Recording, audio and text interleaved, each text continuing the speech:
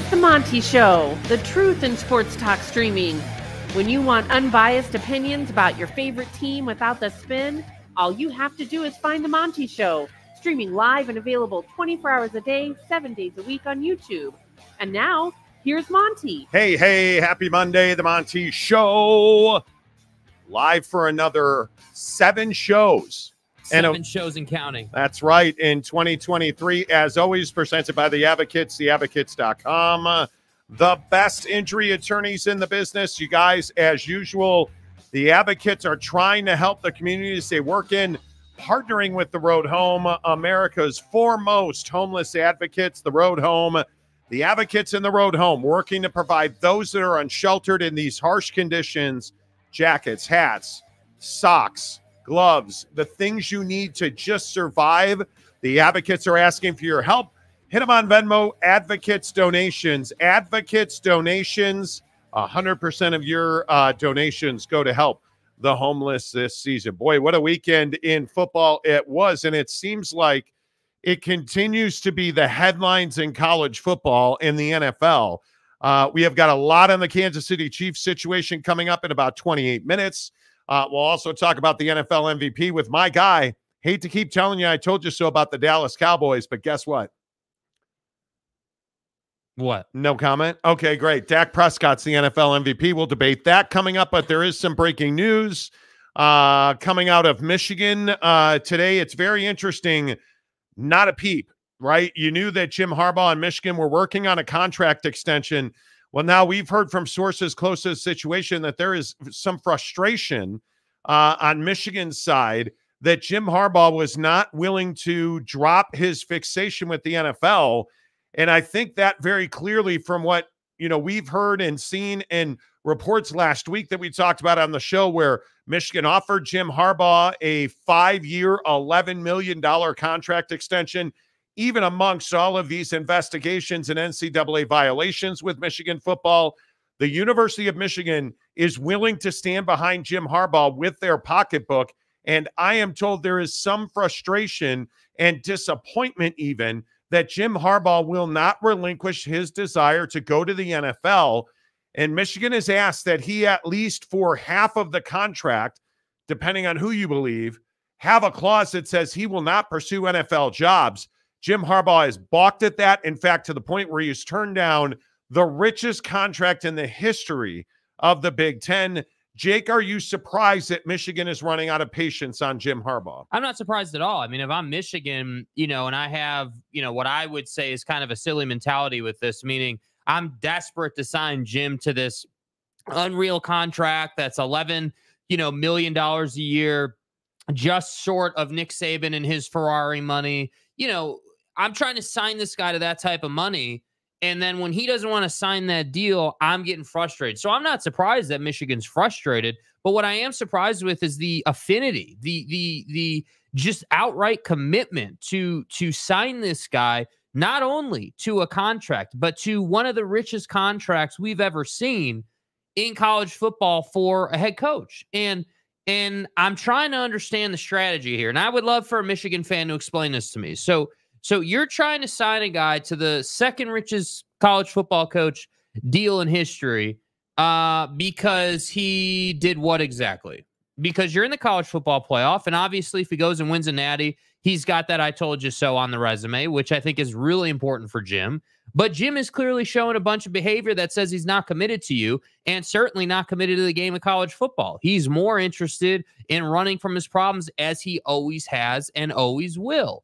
And so that's why I say I'm not surprised Michigan's frustrated, but I am very much surprised that they continue to pursue this guy to no end.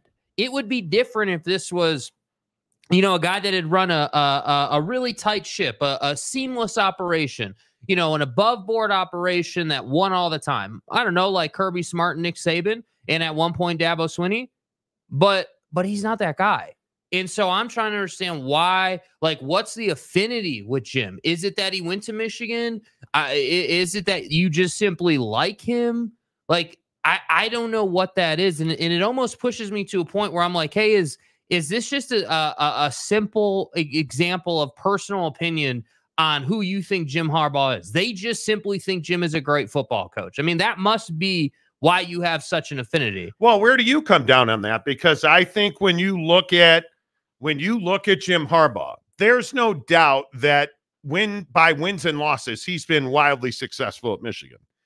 Sign Stealer guy, all that other stuff, this scandal, the COVID dark period recruiting stuff, whatever this Matt Weiss FBI investigation is, again, sign Stealer guy, whatever you want to point to. Sign Stealer guy. Jim Harbaugh has won games.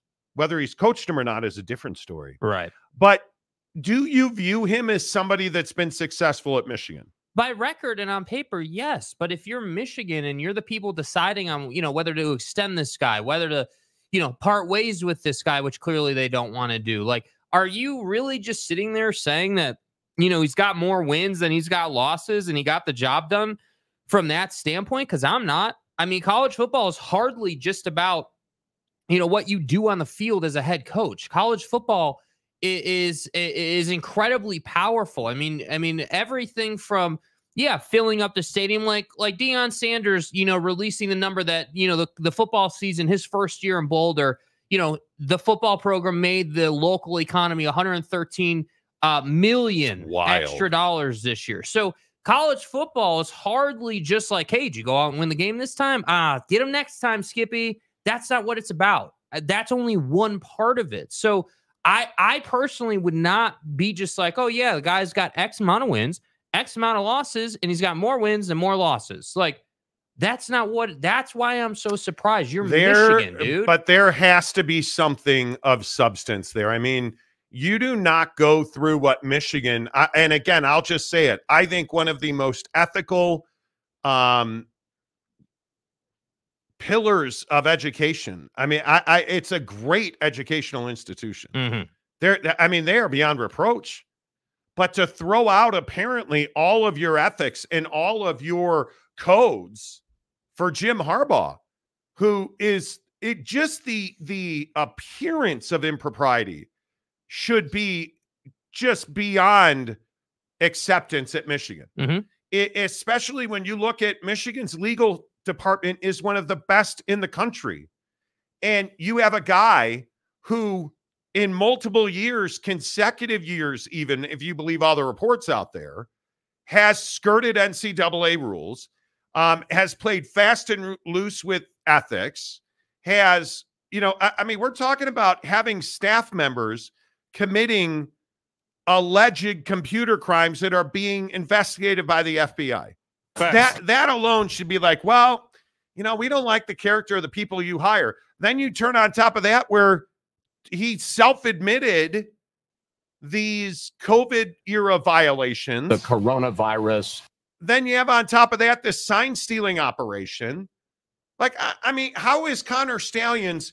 And again, Michigan fan, I'm not trying to be inflammatory, but he's either a rogue agent, which means Jim Harbaugh doesn't have control of his staff, or Jim Harbaugh knew exactly what Connor Stalions was doing, which means Jim Harbaugh lacks ethics and integrity and can't be the football coach at Michigan. Or Michigan is okay with everything that Jim Harbaugh's done and doesn't give a damn. Which I cannot believe. Which would be incredibly surprising. And I agree, it's hard to believe. I just their couldn't. Behavior that they are trying, because again, I can't emphasize this enough. If you were just trying to sign, renew Jim at $9 million a year, $7 million a year, just a median number that's right in the middle of the market. Okay, fine. You just like Jim. You're just trying to renew the guy. All right, he's been successful. Fine, great. But that's not what you're doing here, man. Not you're at all. Trying to sign this guy to a damn near record deal for a college football head coach. So that's where I'm coming from when I say, hey, you guys are obsessed is probably strong, but you have a very, very strong motivation to lock this guy up in your program for the next probably 5 years and make it so it's ironclad for 2 as far as the NFL is concerned. But isn't this why we have sat here now for the better part of 6 weeks and talked about the fact they're not going to fire him, but he's going to quit? Jim Harbaugh, because I think the other thing a lot of Michigan fans forget is the NCAA hasn't even gotten started. The NCAA I think is just building a bigger hammer for Michigan. Cold-blooded, clean, I mean, that's all this is. And Jim Harbaugh is going to be their nail. Mm-hmm. And I think he is going to take a 6 to potentially entire season worth of suspension next year. I think the recruiting violations, the restrictions, the loss of scholarship, the loss of practice time in the offseason, like they are going to, in my opinion, do heavy damage to the Michigan football program if Jim Harbaugh continues to be the head coach. And you still want to make a statement by signing this guy to a historic contract. It doesn't add up. That I'll just keep saying that. It does not add up.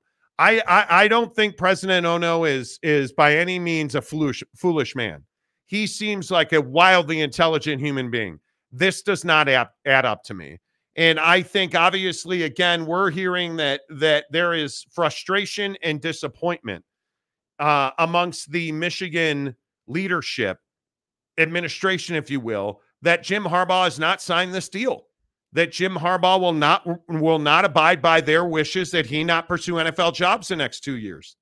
And if I'm Michigan, is that not a massive red flag? Well, I think that in that sort of thought process speaks to where Michigan's at. Like, okay, so if the first thing that Michigan is publicly, or not publicly, but in terms of the information that's out there, frustrated allegedly that he won't sign the deal because of 2 years of NFL, hey, you can't go to the league for 2 years. Okay, if that's the first thing you're frustrated with, then we got a bigger problem here. And I agree. These people are not sitting here saying, well, sign stealer guy did his thing. That's a huge problem. We should have fired him for that. Oh, well, we're fine with that. Well, hey, what about the FBI? Oh, that's fine. That's nothing. That's my point. Like, if you're sitting around, what are you doing? If you're sitting around an administrative meeting in Ann Arbor, and you're like, well, he's got this COVID thing where, they watch workouts over Zoom. Yeah, but he was just trying to watch this one kid. It ain't no big deal. But he also met with kids in public and kind of didn't even try to hide it. He met with recruits at at our favorite burger spot. Who does that? And then, there's this whole thing with the Committee on Infractions where he was, not cooperative and not forthcoming. And, now they're talking about dropping a much more significant suspension on him. Even though we fought tooth and nail with our legal team, like unreal, man. Yeah. But then, President Ono, what do you say about, this Matt Weiss thing's a bad look for us as an institution. The FBI Matt is operating on his own. Jim never knew. But the FBI's here. I guess, but then this Connor Stallions thing, and I didn't even get a free vacuum out of it. and now, like, we look like we were cheating to win games. Do you think the only reason we beat Ohio State 3 years in a row is because of what Coach Kakis did?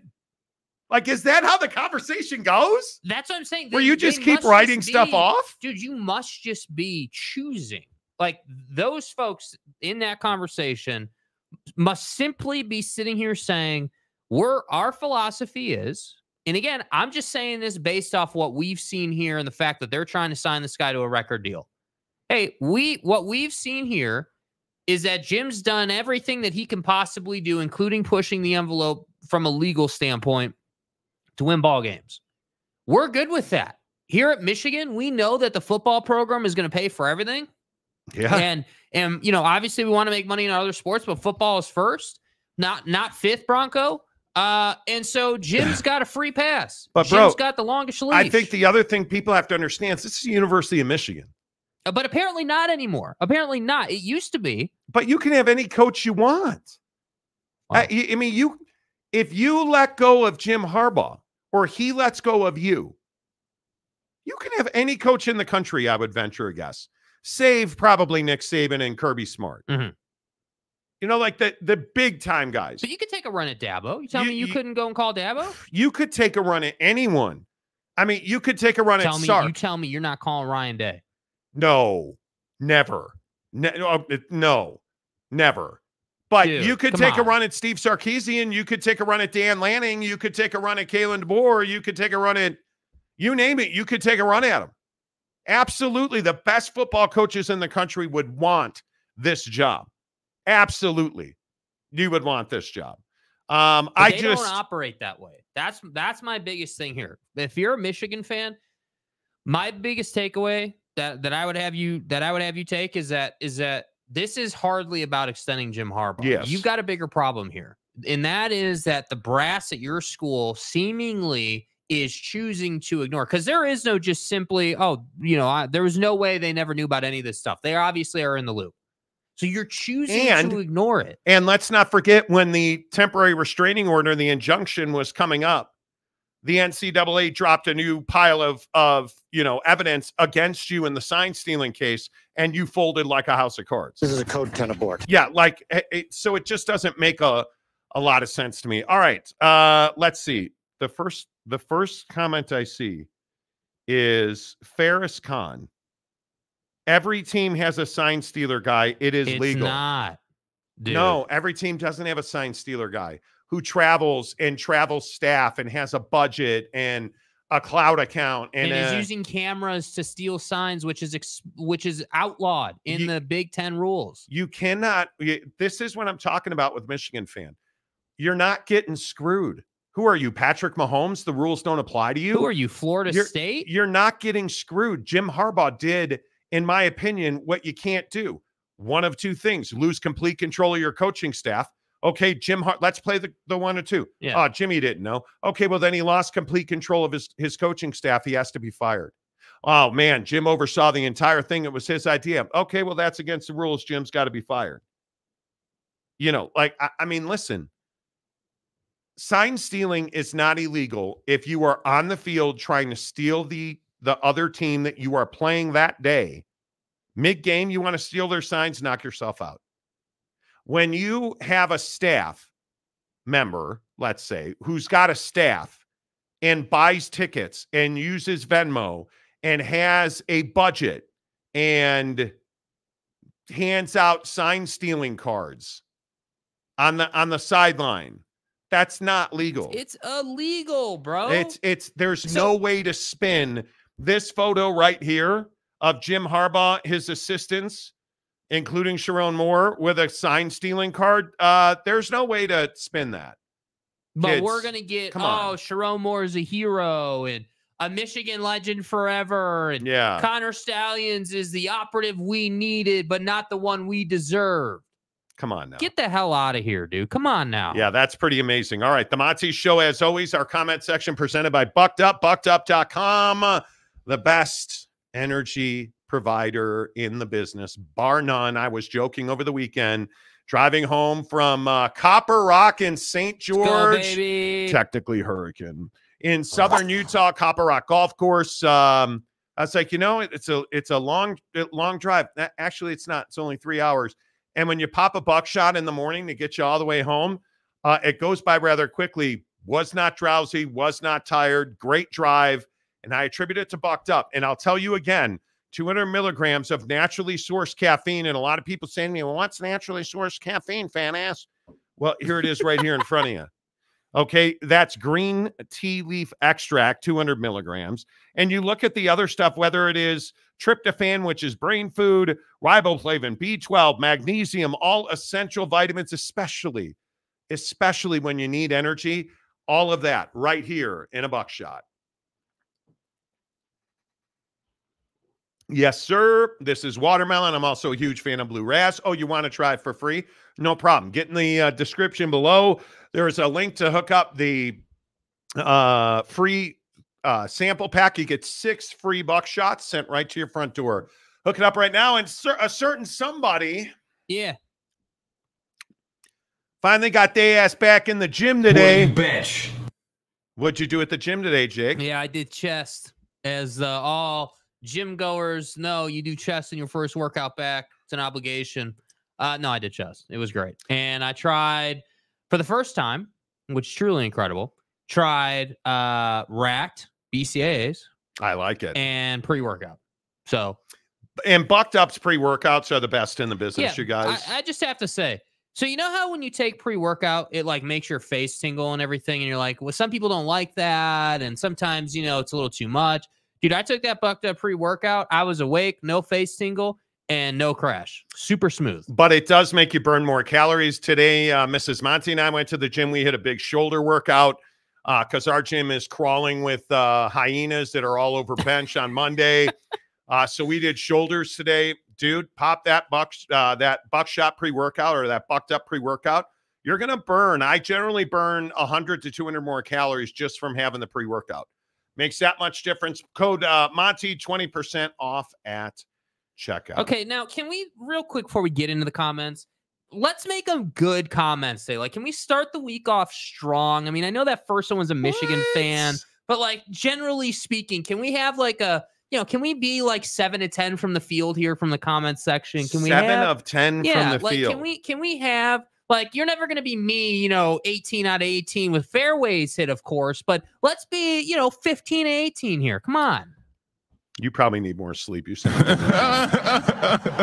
right. First up in the comments section today, Matt Ritson for $5. Hey, Monty. Hey, Monty. Staying truck stop hotel in Portland. Watch your show on iPad. Fly home tonight. Let's go. Travel safe, Matt. Good to see you.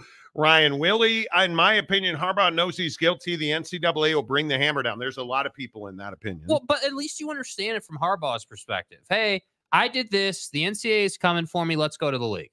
Okay, fine. I don't like it, but that's reasonable. Yep. Brian Laguerre for $2. This is like Deflategate. In the end, no one cares. Oh, I totally disagree.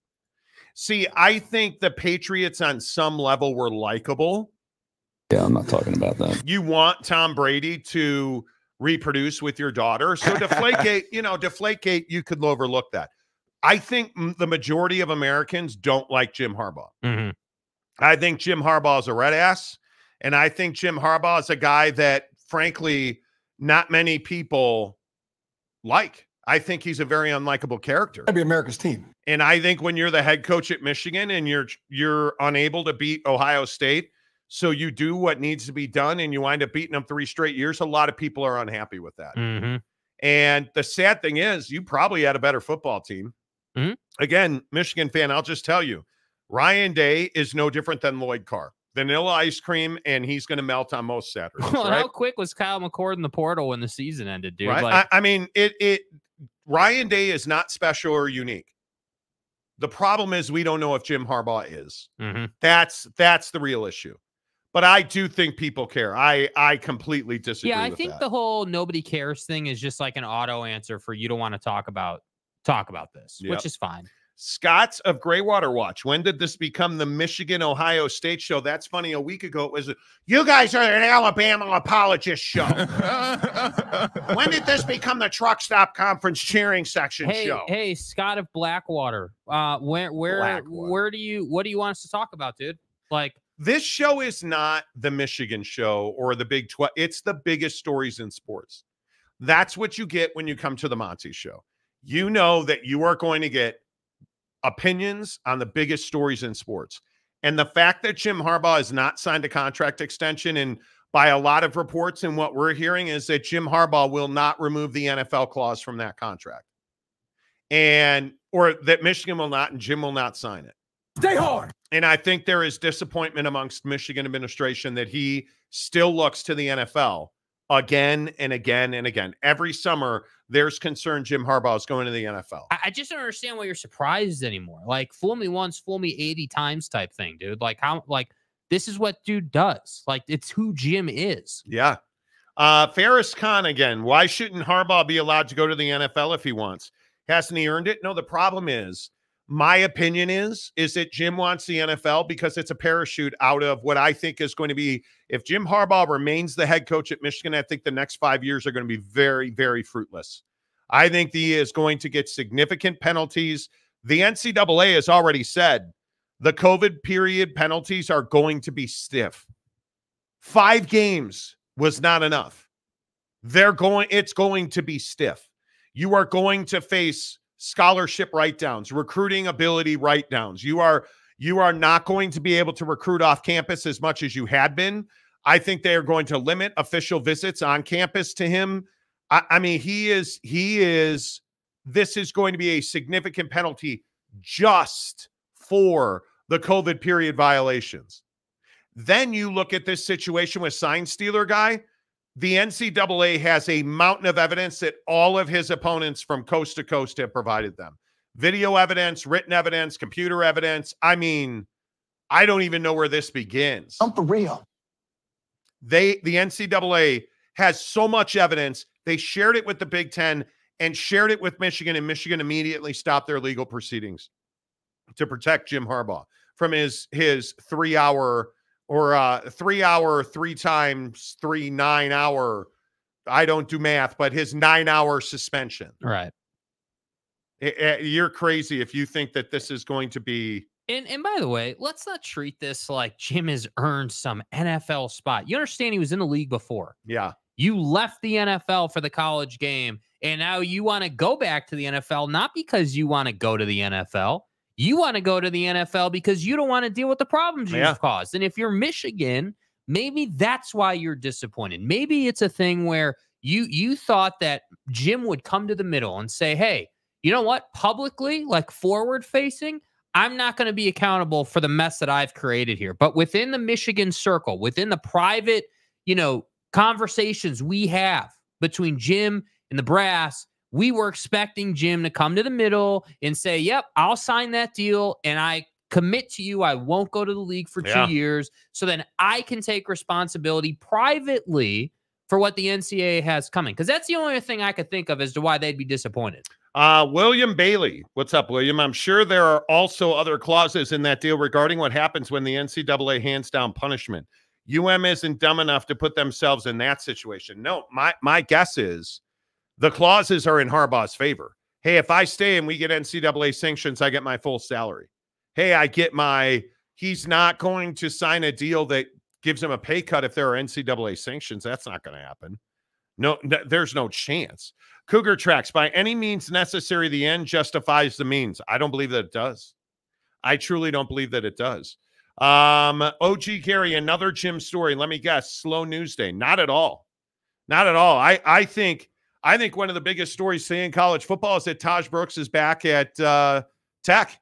I think that's a huge story. It's not a slow news day at all. Dude, how are you not coming into the comment section? Your first comment is about your boy winning the Heisman. Which is crazy to me. How are you not talking a load of junk about how your boy lost 3 games and still won the Heisman because of the numbers? Come on, dude. Yeah, we'll see. Tanner Plummer says, "Oh, nice shot at Bronco, Jake." Yeah, you like that? I'm just happy the Broncos back at New Mexico, frankly. Mike Smith, Sharon Moore had Connor right behind him telling him to plays Moore's just a cheater. There's a lot of people who feel that way. And there's a lot of people who believe when Jim leaves, his entire staff will be asked to leave with him. Because they're not going to – I don't believe they'll hire internally. I really don't. Because it opens them to exposure with the NCAA. Because we don't know the evidence the NCAA has. That's the other thing you got to remember. We haven't even begun that process.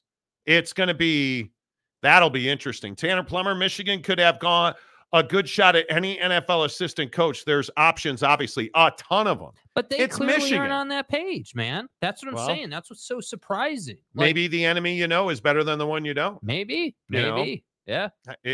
To me anyway. It was not legal. That is why Michigan cut his ass real fast. He got caught. If it was legal, they would have kept him. Connor Stallions. Mm-hmm. Yeah, I think that's a very good point.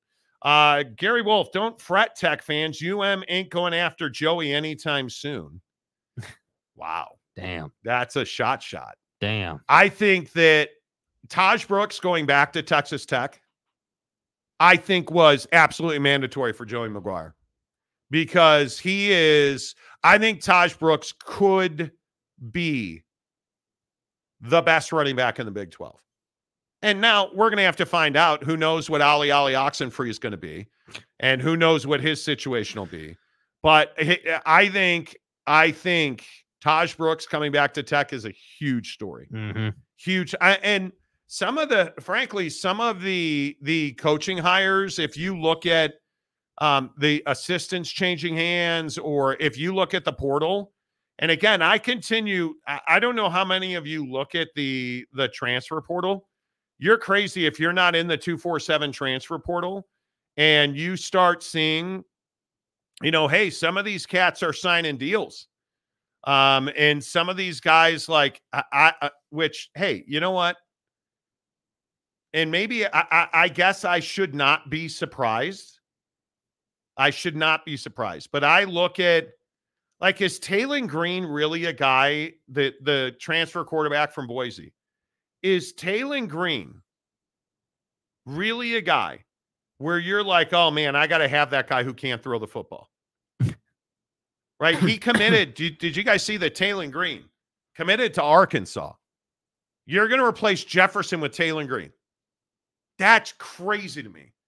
Crazy to me. Like, I cannot, and I understand. Look, Cat threw for 3,700 yards and 25 touchdowns, but let's be honest.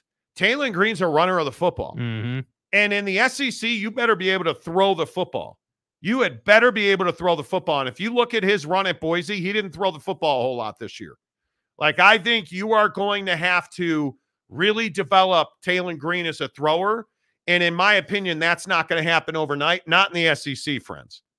Like, I think it is. Oh, we saw it with, buddy at Alabama, right? Milroe. Jalen Milroe. I mean, yeah. he was a very average thrower of the football. But wasn't he always gifted, though? Wasn't he always gifted? Gifted physically, yes, but mentally, there's no way to know. I mean, there's really no way to measure, just how far you can take it mentally with a quarterback. Again, there's no way to know if, this guy's, if this guy's going to live up to, what Jefferson was or what, any of these other, workhorse quarterbacks in the SEC are. I mean, you have to have a guy in the SEC. If you're going to play SEC football, you damn well better be able to throw it around the field. Running around in the SEC means you're going to play 4 or 5 games, and that's about it. I mean, you can't have a guy that's just going to run around and be a below average thrower. That doesn't work.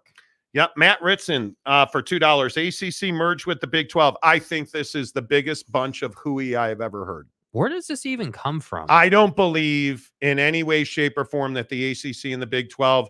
I have heard repeatedly that they have talked about certain big game preseason made-for-TV matchups. I have not heard, and I have asked repeatedly, hey, are they talking about a merger? And nobody has said, oh, yeah, they're talking about a merger. Oh, man, ACC and the Big 12 want to merge. And what I think is so funny is that you guys are getting this from a Twitter bot account that's been outed as a bot account and an absolute shit stirrer for the better part of 5 years now. And you guys are like, oh, yeah, man, this is happening. Because it's garbage. There is no veracity to the ACC and the Big 12 are talking about a lock stock merger. None whatsoever. It's a Big 12. And I would caution you. And this is the X problem, right? Like a bot account throws it out there and people are like, oh, this is happening. Oh, my God. Jackass. Where else? Like, who else is reporting that? Well, nobody, Monty. No, go ahead. Let me know. Go ahead. Let me, please. I'm here, man. I'll just sit back and wait. You guys go ahead. I mean, I know the story got buried because, the Big 12 is inviting Oregon State and Washington State for their $900 million. But no, I'll just go. I'll put my mic down. You guys go ahead. Where are you guys? Why do you guys do this? Why do you guys fly into oh my God, like 100 people DMing me? Breaking news, the ACC and the Big 12 are merging. Okay, that's bullshit. And I made the mistake. Of asking one person, okay, where'd you hear that? Sent me a screenshot of a bot account. That was a masterpiece of dog shit. 0 followers, or following nobody, 0 following. 37 followers. And he got it from another bot account. And I'm just like, you guys.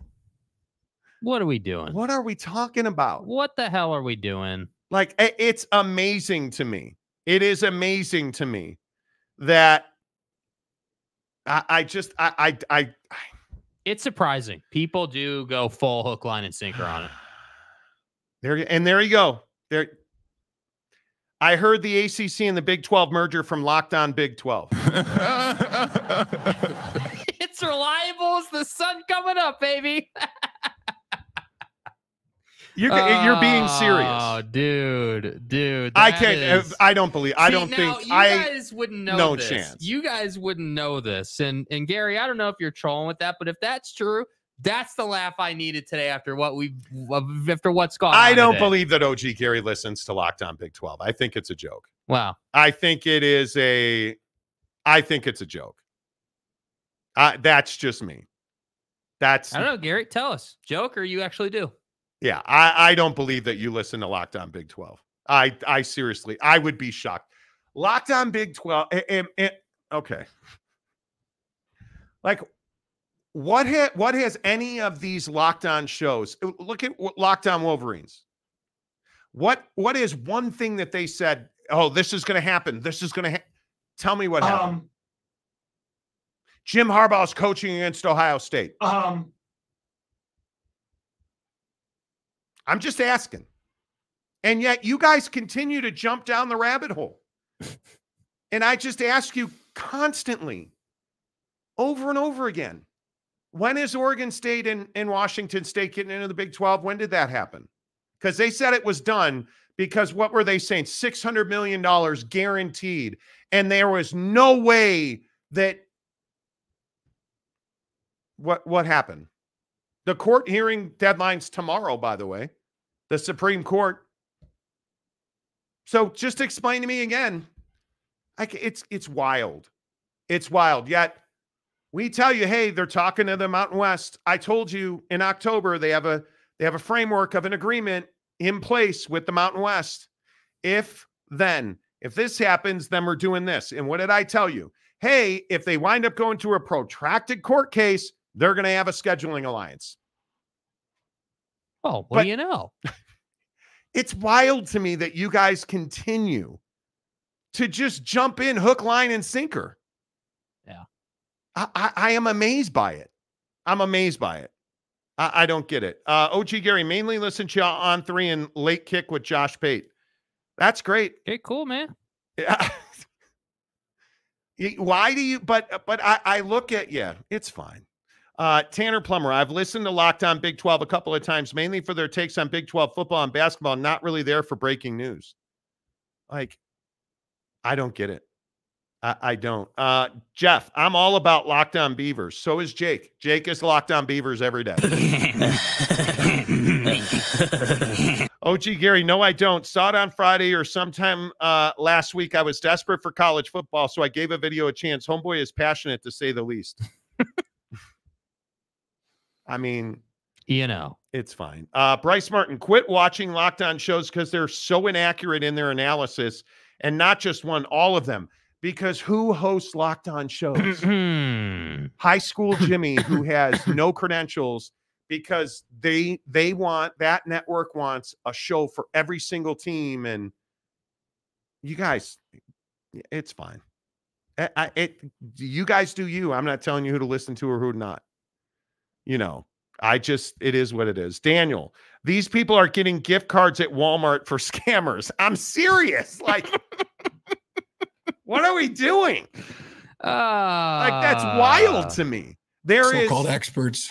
There is no credence that the ACC and the Big 12 are merging. None. No. Zero. Wait, what happened? Hold on. Merger? What happened to Florida State packing up the U-Haul and leaving the conference? What the hell happened to that? Yeah, what happened to Florida State's going to the Big Ten? Yeah, hold on. What happened to that, dude? What happened to last week's outrage about, Florida State and Rick Scott is still asking for transparency, even though he already got transparency? Like, what happened to that whole thing in the ACC? Yeah, I listen, I'm all here for it. I get it. I appreciate everybody who listens to this show. When we tell you, hey, we heard this, it's, when have we been wrong? And just, anyway, it's fine. OG Gary, FSU and Clemson are not big bound. SEC, I can see. And the problem with that is Florida has said repeatedly, FSU will not be here if we are here. Repeatedly, they have said that. Repeatedly. And FSU is in a grant of rights that they can't get out of, and they've tried, and they've all tried. They have paid multi-millions in legal fees to try and find a loophole, and there's not a loophole. You're so fucked. There's not a loophole. So good luck. Good luck. And I think the next shoe to drop is what happens in the Washington State Supreme Court tomorrow. Mm-hmm. That's, I believe, and I could be wrong. I might be wrong. I believe it's tomorrow or Tuesday or Wednesday rather. I think it's the 12th, but I'll look it up. But I believe tomorrow's the court deadline. That's a big story. So we'll see. Like, and I'm not even asking you to trust us, but at least go to Ross Dellinger. At least go to Stuart Mandel. Reputable people. Go to Pete Thamel. Go to people who Brett McMurphy, who have a track record for breaking news. Filling in for somebody. Like, what are we? I'm amazed by it. Yeah. I'm amazed by it. Anyway, okay. Let's keep rolling here on the Monty Show. What did Mike Smith say? Cowboys-Eagles game. Those refs need remedial training. Too damn flag happy. Never seen any flags with no fouls. Never. Gumby fresh out. Locked on macaque. Bro, okay. How? Macaque. How the hell? I'm sitting in my hot tub last night with Mrs. Monty, right? You know, we had a great weekend playing golf down south in Hurricane at Copper Rock. Like, the best Italian food I've had since I was a kid. Drive home, go shopping, do our meal prep, get in the hot tub, and I'm like, man, I feel like one of those monkeys in that video where they're just, sleeping on the rock with the steam. Macaque. And she's like, oh yeah, macaque. Macaque. Can't get away from it. Can't get away from it. Just can't get away from it. Tanner Plummer, Locked On Cougars is great. Got multiple shout outs on that show during COVID. I did an interview with the host. Nice. Wow, dude. Hawkeye fan in Indy. What's up? I cannot speak for the rest of the Big Ten, but it's a hard pass on FSU in the Big Ten, which I think a lot of people have said. A lot of people have said that. WTF craps. Oregon's new quarterback, a lot of excitement, but I'm kind of depressed. Help me understand how a 5'11 QB at 190 pounds will stay healthy. Well, I think here's the biggest issue. And if you get in the portal, I would love your opinion on this. How many guys that are in the portal and they transfer and you're like, oh yeah, is Blake Shapen great for Mississippi State? No. Don't feel like that. Is Dylan Gabriel great for Oregon? Hell yes. Dylan Gabriel's great for Oregon. Perfect fit. Yes. Dylan Gabriel is not only, he's a fit. He is a perfect fit with his skill set and what they want to do offensively. I think one of the things we saw was at times last year, not this year, at times last year, Oregon was held back by an inability at the quarterback position, Bo Nix, to throw the football. What happened to Bo Nix this year? Well, all of a sudden somebody stuck something up somewhere and he is a throwing machine. I don't know about that. But all of a sudden, Bo Nix came in as a dynamic passer, and you're getting a far better athlete and a far better passer and a capable runner in Dylan Gabriel. In the Big Ten, you have to be able to throw the football to win, period. And if Free Harbaugh didn't show you that, if you look at J.J. McCarthy, if you look at Kyle McCord, Aller at Happy Ending U, the Fighting Paternos didn't even come close to competing for the conference because their quarterback can't throw. You put Dylan Gabriel in any of those situations, those are national championship contenders right now. And I think the other thing, too, is that, in terms of, because the comment was like, hey, how is somebody who's a smaller 5'11", 190 going to stay healthy? Look at his track record. I think when he was healthy when it mattered most. I mean, you don't beat Texas the way you beat Texas by not being able to be in the game. And honestly, I look at Dylan Gabriel playing in the Big Ten, and I love that fit. Yeah. I love the way that works out for Oregon. I think that could be a home run. And you're only going to get better defensively. Let's be honest. You are going to be, I think Dan Lanning is learning as we roll. And listen, if Kyle McCord ends up at Nebraska, as we've heard so much about, that's a good pickup for Nebraska. But I think if you look at some of the other moves in the Big Ten, I think Oregon's going to be a much better defensive team because they have to be. And Dan Lanning's got to be a better head coach. Absolutely. I don't think there's any doubt. I would also point out that you look at some of the running backs and you look at some of the movement, there's not been a lot of movement on running backs. And I think that's going to be running back and wide receiver is going to be the next big one to drop. Because I look at some of the wide receivers that are in the portal, and I'm just curious. Like, I think Colby Young from Miami is really interesting. I think Jaron Glover from Michigan State's really interesting. I think I think you look at Xavier Lloyd, RJ Garcia from K-State, because who at K-State's not in the portal. I think that's a very interesting one. Like, you look at some of these guys. Ja'Cory Brooks from Bama, I think is a really interesting. Bryce Stevens from Arkansas, yes, is a really good one. There's a lot of wide receiver talent in the portal. And I think it's going to be really interesting to see where they go, because I think there's also been an incredible lack of very good, like, depth tackle positions on the offensive line. I think tackle is at a premium. Deion Sanders pulling that rabbit out of his hat the other week. But if you look at the portal, you probably understand that there are not a lot of great offensive linemen in the portal. There just are not. And Prime's getting the ones that are. And you better absolutely be on the recruiting trail, in my opinion, for those dudes. O.G. Gary, I thought you mentioned that FSU, Clemson, and UNC are dipping in 5 years. I think that will only happen if the realignment cycle continues, and I think it will. Because, again, and I don't mean to keep going back to the Pac-12, this thing tomorrow, huge deal. This ruling will change the fortunes of Oregon State and Washington State. They are either going to become members of the Mountain West, or the Mountain West is going to become members of the Pac-12, because they don't have other places to go. And I again will just stand on my belief that or what do the cool kids say? I'm standing on business. Standing on business.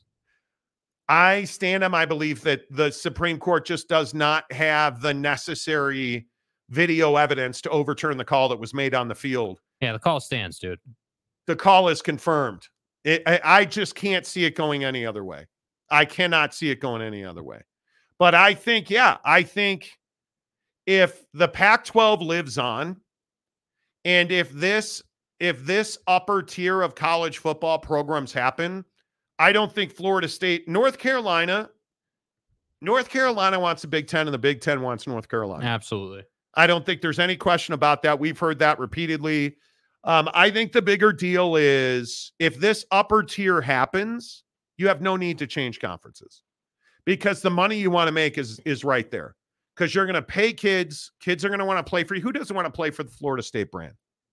I mean, if you're a big-time skill position player in what I think is one of the most fertile recruiting grounds in the country, in the great state of Florida, if you're not a Florida, if you're not a Miami, you're a Florida State. And right now, is it even close? No.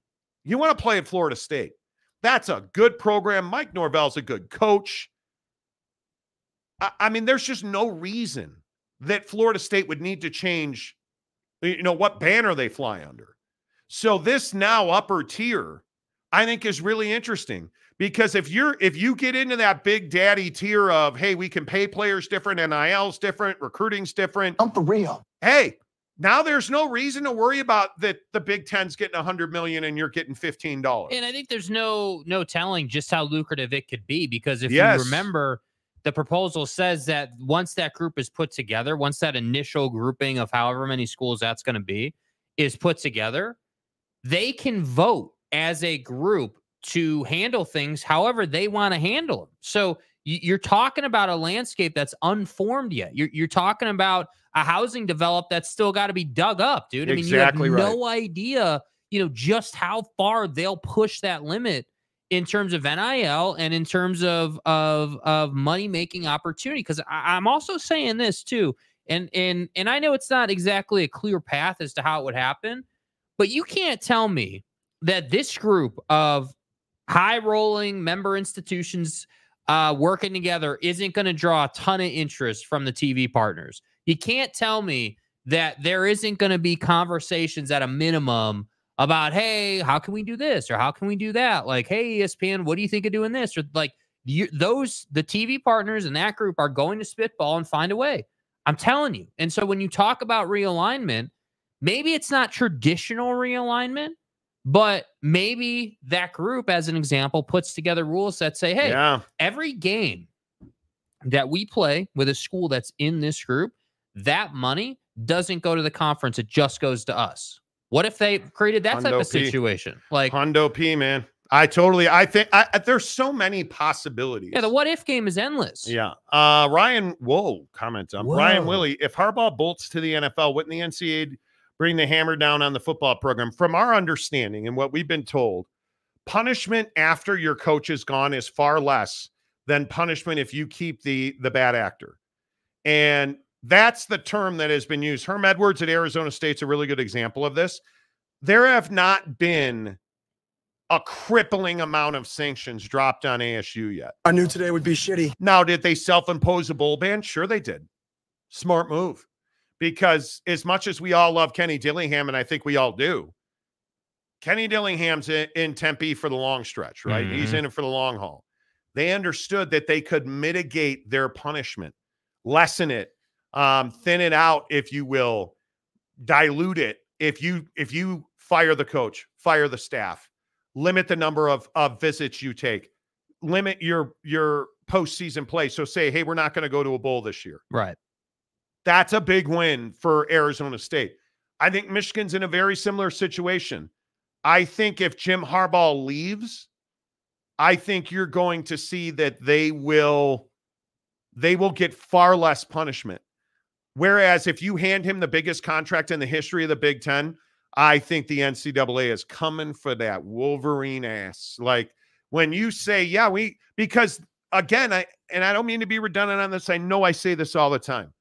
When you're Michigan and you do not ever, not one time, deny that he did anything he's accused of. Do you guys understand that? They haven't denied the COVID period stuff. In fact, they self-imposed a suspension. They haven't talked about the Matt Weiss situation, and they've never denied that the sign stealing operation happened in the football department. So those three massive investigations, they've not denied it once. In fact, by folding at the court, they've all but said, we accept the suspension that the Big Ten gave us because we know we can't win. I mean, they have admitted guilt. Absolutely. You're going to get drilled by the Committee on Infractions. I'm Shiva, the god of death. And again, I'd remind you, the level 1 infractions were not COVID related. What were the level 1 infractions that Jim Harbaugh self-disciplined him for? Being evasive and dishonest with the Committee on Infractions. Your worst action here is not the crime you committed. It's the covering up of the crime you committed. Not wanting to sit for an interview, being evasive, not making it easy to schedule it. And when you were there, you were not forthcoming. Mm-hmm. That was far worse than, taking that kid to a burger, watching a workout, making your coaches overwork. Far worse was the fact that you were not forthcoming about it. Dude, they're asking you questions they already know the answer to. Like, they don't need your answer. You need to answer. They don't need your answer. They know the answer. They want you to answer the question. Mm-hmm. Come on, man. That's what Jim Harbaugh won't do. Because that little voice in the back of his head is what it is. Brian Laguerre, I've never seen a story lose steam quicker than what? So you tell me how the Jim Harbaugh story's lost steam. The guy won't sign a contract extension to make himself the highest paid coach in the history of the Big Ten. You don't think That's not the Detroit Free Press is writing stories on it every other day. You don't think that's a big story? Come on, man. I know you're not, and maybe it's not for you. I totally get that. But to think that Jim Harbaugh is not a big story is crazy. Agreed. I think it is one of the beyond the college football playoff. I think it's a far bigger story than Florida State, because Florida State's not a story. Notice nobody's sued. Yeah, where's the suit, dude? Where's your $1 million? Ron DeSantis, you're trailing Donald Trump 51% to 19%. I'd be far more focused on where I spend that $1 million than on Florida State's lawsuit, and then say you're willing to burn $1 million. I would probably be more focused on my task at hand. Yeah. I mean, do you guys understand? Like, the Florida State story is not a story, and I think we all talked about that. No rule was broken. We're going to talk about the Kansas City Chiefs in 3.5 minutes, but no rule was broken. You look at Jim Harbaugh, all we have is broken rules. And now he's being offered the largest contract in the history of the Big Ten, and he won't sign it. What are you, nuts? Nothing to see here. Lots to see when Aaron Wilson gifts a membership. Let's go, baby. Lots to see when Sean Rollins gifts 5 memberships. Let's go, Sean. Let's go. Don't forget, tomorrow is Giving Tuesday. That's right. The last Giving Tuesday, or no, technically, second to last. Because a week from today, Two Holes turns 30. Yeah, I'm getting old, Mike. And then next Tuesday, we're doing a morning show. Do you know what that's like these days? So it'll be Giving Tuesday next Tuesday morning. Yeah. So be here, be square. You know. Can I tell you guys, let's spend the last 3 minutes of the hour salivating over our Christmas vacation. Mm-hmm. I am so excited to tell you that we booked 18 holes today at a course that I have been just dying and salivating to play. They released their greens fees for the week of Christmas. And you want to know what an all-star I'm married to? Not only did we have a great hot tub sesh after a great shopping sesh, not only did Mrs. Monty go down to Hurricane in St. George, not to play golf, but she went to Zion while Jake and I played golf at Copper Rock. Not only does she allow me to do that stuff, she has a massive dinner planned on Christmas Eve night. Our entire family, like, it's a big to-do. Called her today, and I was like, honey. Hey, baby.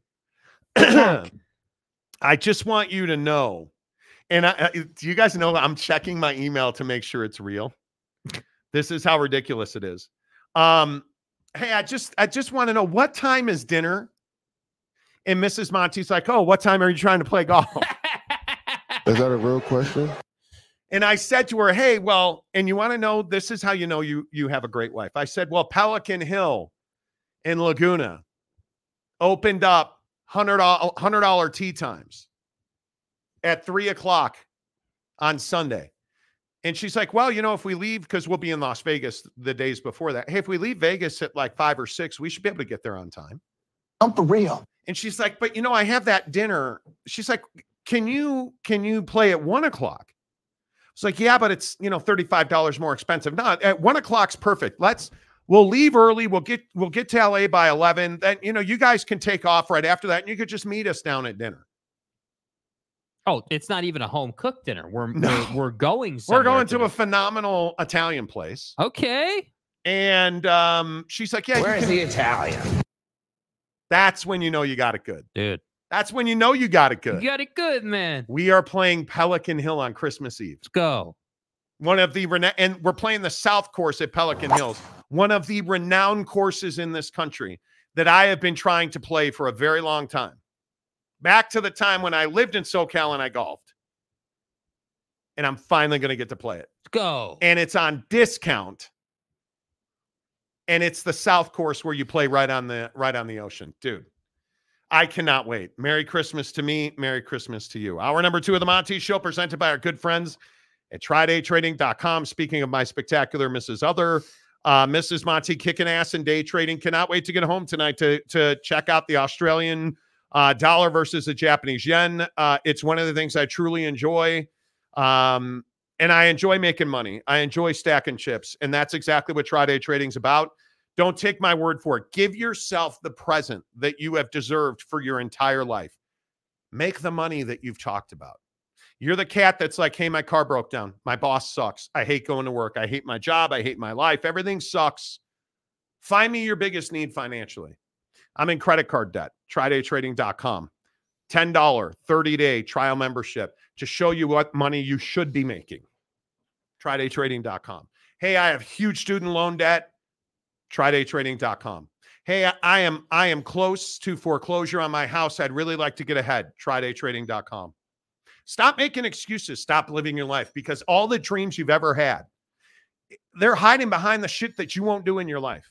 They're hiding behind that first step that you won't take. TridayTrading.com/Monty. $10. It's a charitable donation, so it's a tax write-off for you. They give you everything in 30 days. Their trial membership includes high-level coaching, your trading in simulators day one. They're talking to you about leading indicators. They're talking to you about this and that, how to use the system, what are these indicators that show you when it's time to buy and when it's time to sell. You get all of that in like the first 5 days.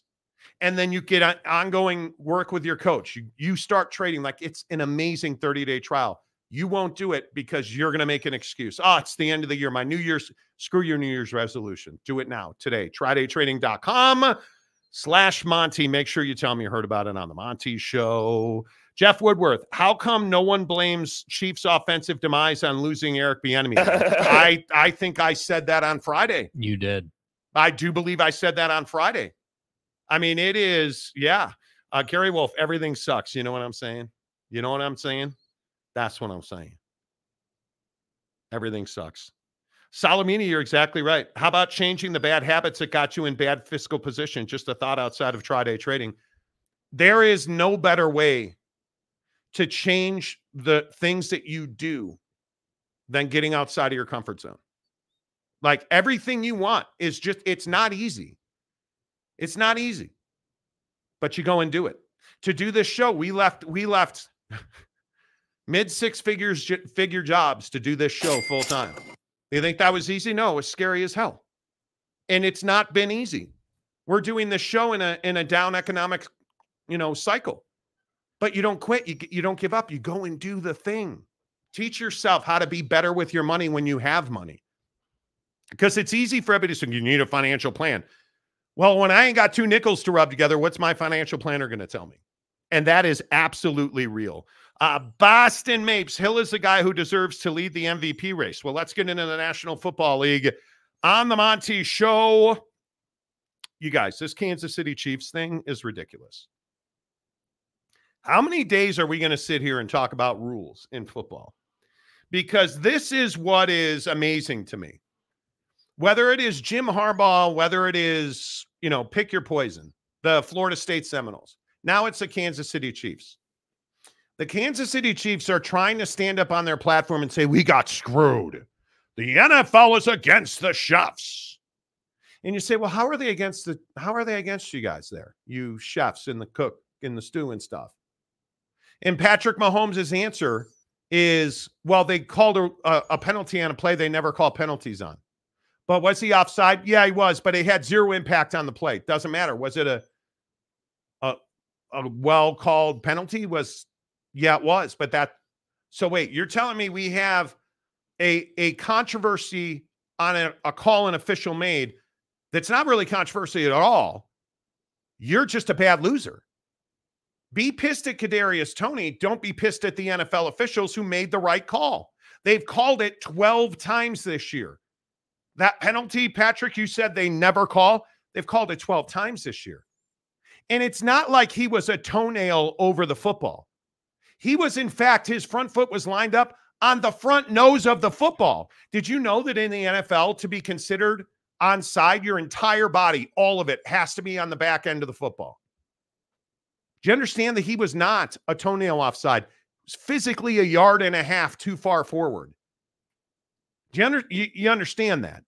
So it's not that you don't feel like, the rule, it was a bad call. No, it was a good call. The rule just shouldn't apply to us. That's what the Kansas City Chiefs are saying. And I got to be honest with you, I'm tired of this thing that we're doing where, well, yeah, that's a rule, but it shouldn't apply to me. To me, they got that call right, not wrong. Yeah, and this is not the first time that an Andy Reid coach team has been offside and cost them the game. That's correct. You all remember D Ford in the 2018 AFC Championship game against Tom Brady and, just the New England Patriots. Y'all remember that moment too, right? Where his arm is fully offside. Yeah, this isn't your first time, right? This is many times now. So if you're an official in the league, the Kansas City Chiefs are well known for being offsides on both sides of the ball, lining up in the neutral zone. So don't tell me, Andy Reid, that this is some type of travesty and that you should have been given a warning to fix this issue. Like, I love how we get, and we're about to play some video here. In the video, you're going to see two different Andy Reids. So you guys remember the part where Patrick Mahomes is like throwing his helmet and he's all pissed off and just outraged, crying on the sideline and all this nonsense. Andy Reid in the post-game presser goes into full meltdown mode about the fact that it's embarrassing that the officials didn't give him notice that his guys had been lining up offsides most of the game. Normally, I'll get, I never use any of this as excuses, but normally I get a warning before something like that happens in a big game. A bit embarrassing in the National Football League for that to take place. Normally, if it's even close, you get a warning. The head coach gets a warning. I mean, that normally. So I don't know. I didn't have a protractor out there, but it's a bit embarrassing. So you want to be a full red ass and make protractor jokes right after the game, but then today, the day after, you've calmed yourself and you've talked about how, man, the relationship with the refs is so important to me. I've always had a good working relationship with these guys, and that's the important part. So they know when they tell me something with a guy that I'm going to go address the guy, like right now. I mean, I've been doing this a long time, so this isn't an excuse or a blame on the officials for blowing the game. That's not what it is, but it's that working relationship. That part is so important. Just you give the head coach a heads up, and then in our case, we tell them, and then if they get called, listen, that's you were warned. So it couldn't possibly be that, hey, maybe your team just isn't disciplined enough. And I know this is Kadarius Toney's first time this season being talked about losing his team games by, I don't know, not catching footballs, maybe lining up offsides. Like maybe it's a K Toney problem, not a Kansas City Chiefs problem. And this is why I'm so done with this out of Chiefs Kingdom. You guys have been mediocre all season long. The Denver Broncos started 1-5 in the season and are now one game back, if not tied. I'd have to check the standings today. Don't tell me this is an officiating problem. Let's start talking about the fact that, hey, yeah, maybe the Chiefs aren't as good as, I don't know, Dak Prescott, the likely MVP in the Dallas Cowboys. Maybe you're just not as good as you once were, and that's okay. Well, and I think the other issue here is that you have a guy making excuses for the fact that Kadarius Toney was 1.5 yards too far forward. Like, it's not even close, dude. Go talk to Kadarius Toney, who can't catch a cold. This team would be a 2-loss team if Kadarius Toney was not Kadarius Toney. But instead, Andy Reid wants to talk about how, the officials screwed us because usually we get a warning and then I can go and talk to KT. No, how about you go and talk to KT during the week and talk to KT about, hey, dude, let's just make sure that you're lined up on side. And for all the people out there who are like, hey, it's on video that he looked to his left and pointed to the official real quick. He didn't look to his left. He never looked to his left. What he did was he steps up to the line of scrimmage, and a lot of receivers do this. If you watch a lot of football, you'll know what I'm talking about. You step up to the line, and you just raise your left hand summarily because you're just assuming that you're lined up properly. He didn't look. And I hope people understand this. If you are a wide receiver and you do that, you line up and you look at the official, he will give you a thumbs up or a thumbs down. And a lot of times if you watch, You'll point at him and he'll do that. He will say back up. Kadarius Toney was so far offside, they couldn't see the football from the sideline, which is why they called that penalty.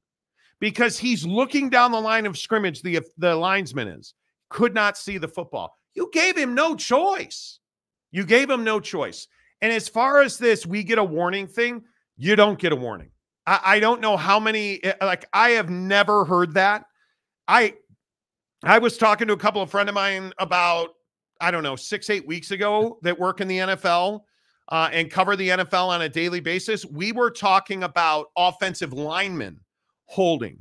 They will occasionally, if you have a veteran head coach that is well respected, they may say to you, hey, you got to watch 72. You know, his hands are routinely outside. I haven't called it yet, but I'm looking at it. They will routinely do that. Or they will say before a game, hey, you know, I know you got, like, I know the Chiefs supposedly have gotten the warning of, hey, your right tackle is lined up too far off the line. You need to make sure he's up. We're going to call that if he's too far off the line. That's the kind of stuff you get a heads up for. In game, you're not going to get a heads up like, hey, you know, Kadarius Toney's lining up too far forward. You're not getting a warning for that. That is not how it works at all.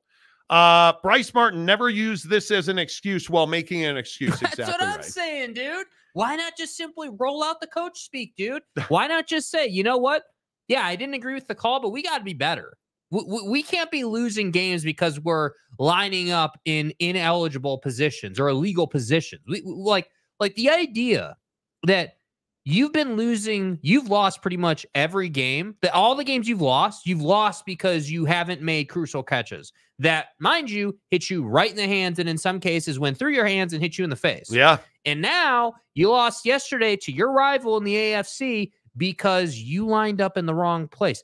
By the way, just want to point this out. The idea that you had to win the game by throwing it to Kelsey, who then throws it back passing to Toney to run into the end zone is absolutely wild to me. It's absolutely wild that Chiefs fans are like, oh, we won the game. It's a historic play. Yeah, that's the problem, dude. You should be able to beat this Chiefs team who just last week got in a lot of trouble because their head coach talked about 9/11 when he shouldn't have been talking about 9/11. So that team came out and kicked your ass. They won the game. And I know it was only 3 points, but it was a hell of a lot more than that, dude. That's your problem right now. Yeah, hey, a little breaking news for you that's really kind of spraining, and just a mild sprain. Right. Drake May, University of North Carolina quarterback, says he is foregoing the rest of his eligibility to enter the NFL draft, according to Pete Thamel, the Thaminator at ESPN. Pete Thamel reporting that Drake May is foregoing the rest of his eligibility and heading to the NFL draft. Let's get your thoughts on the Kansas City Chiefs. Joseph Carruthers, the Chiefs got a holding call against the Eagles at the end of the Super Bowl last year that didn't call the entire game, but by the rule book, that was the right call. Absolutely happened. And Get Up on ESPN had it this morning. Bryce Martin, Chiefs need to get Marvin Harrison Jr. or Xavier Worthy in the draft. They need to add skill positions because they're trending towards Tom Brady with nobody you've ever heard of at wide receiver. Mm-hmm. Right? And then you go and get Randy Moss. You don't win a Super Bowl, but you're one of the dominant offenses. The Chiefs need to get back to that because you do have a generational quarterback in Patrick Mahomes, you know, the Chicago Bear. Or wait, I'm confused. Anyway, the point is, you do have Patrick Mahomes. You need to take advantage of that. And maybe the red ass in me says, well, maybe if you weren't talking about Taylor Swift all the time. You know what I'm saying? Anybody notice that Taylor Swift walked right by the Buffalo Bills yesterday? Walked right by on her way in. I wonder, and I'm not going to say that had anything to do with Kadarius Toney, but I think there's been a lot of noise outside of that locker room around this team. Yes, there has. And I would be... Notice there's not any cute Andy Reid, Taylor Swift jokes going on this week. Yeah. Notice that it's no longer, oh, well, it was just one game and we dropped the pass, but we're going to get better next week. No, we're in full, hey, we need to get better. And we need to start winning some ball games. Because I swear to God, if the Chiefs lose the division, which they won't, but if you did, okay, now we got to start having serious conversations about roster construction, because there is no way that this Chiefs team should be losing that division. I think it is very interesting that you have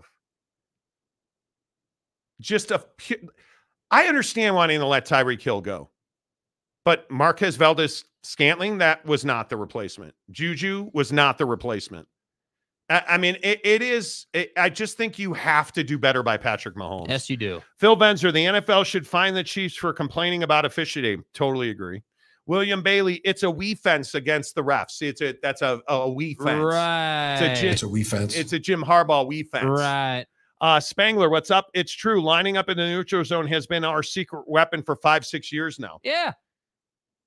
And all of a sudden, here it is, right? Here it is. Dank says it's scripted as hell, all this outrage. Is it, though? I don't think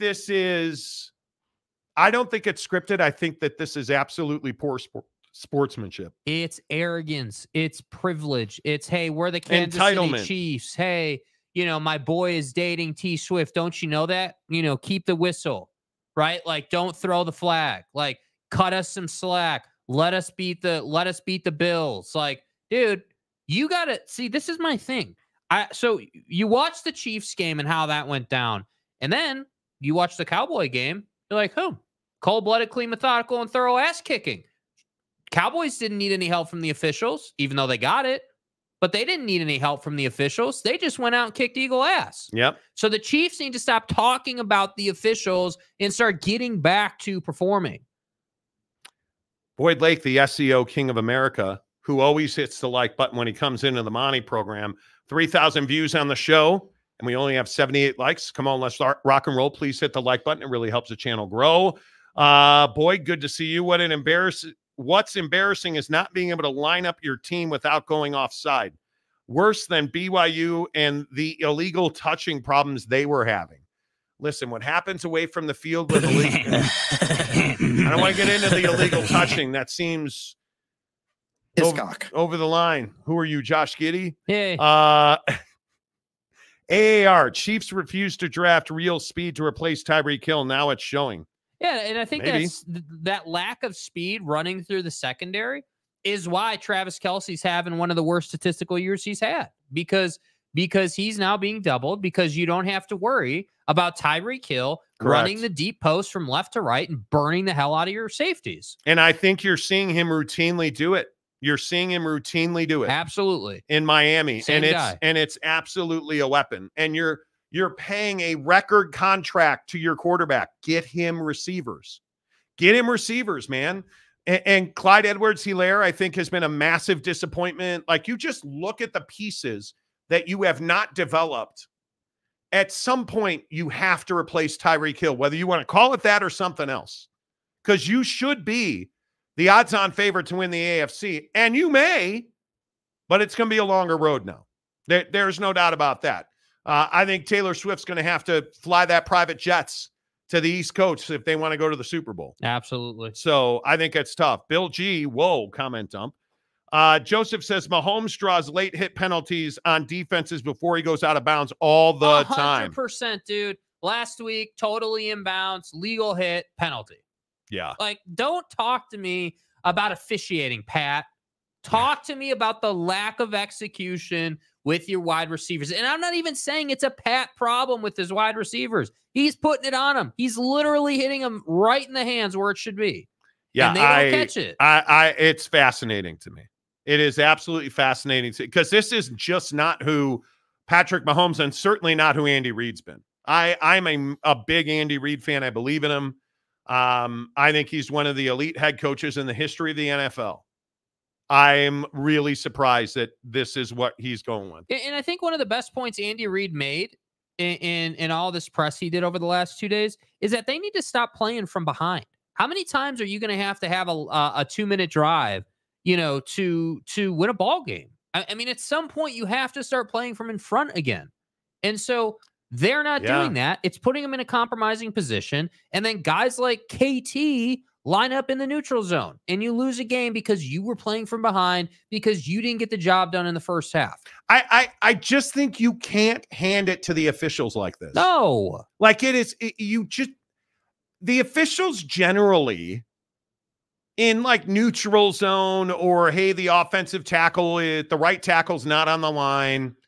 Okay, we're not going to call that every time.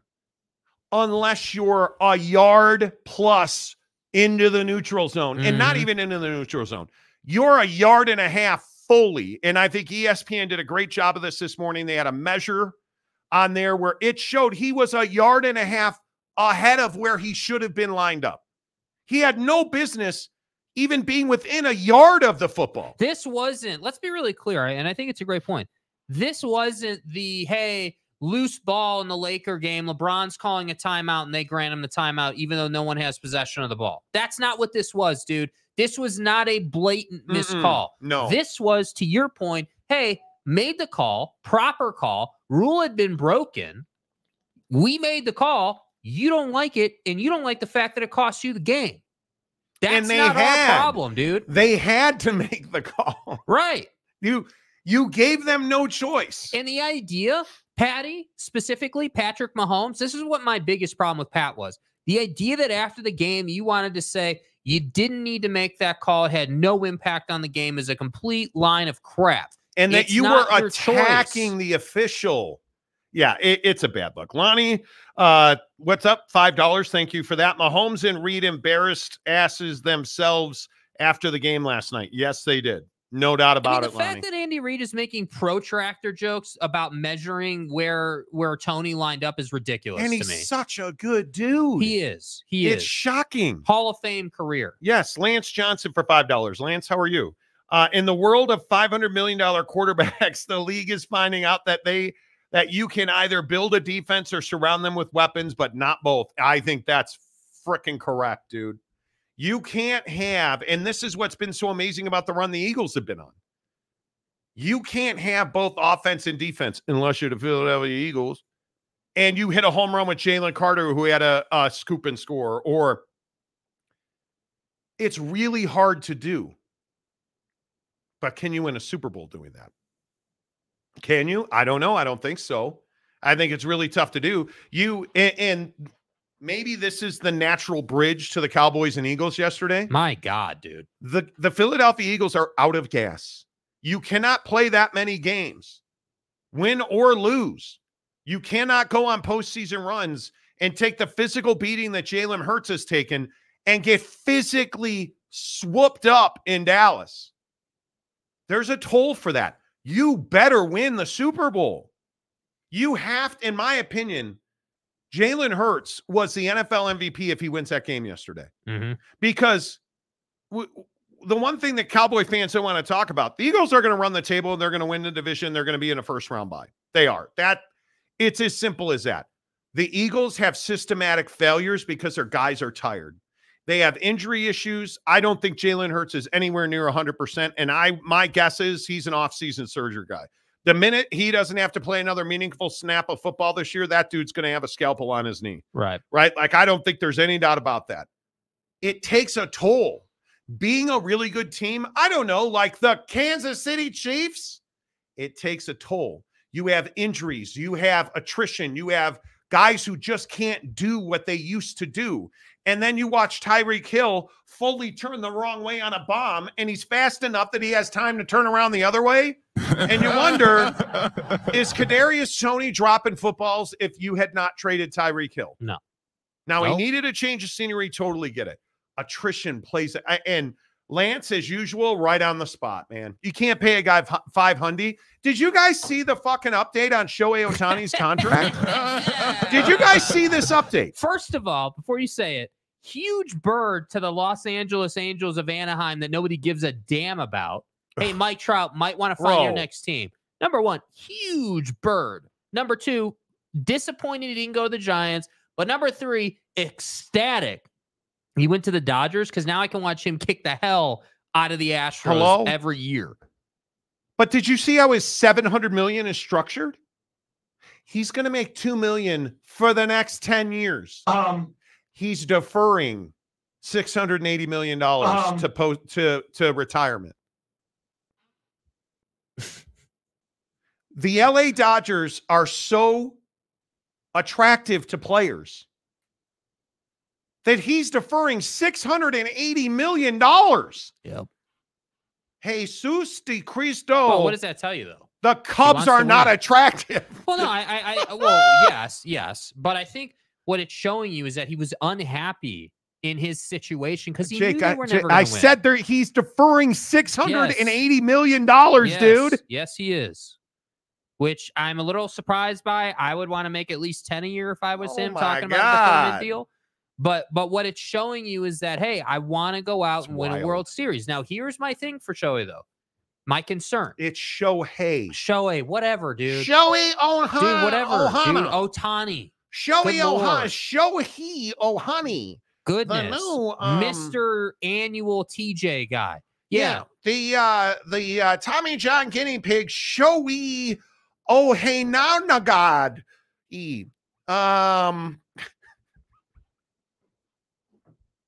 Sorry. I apologize.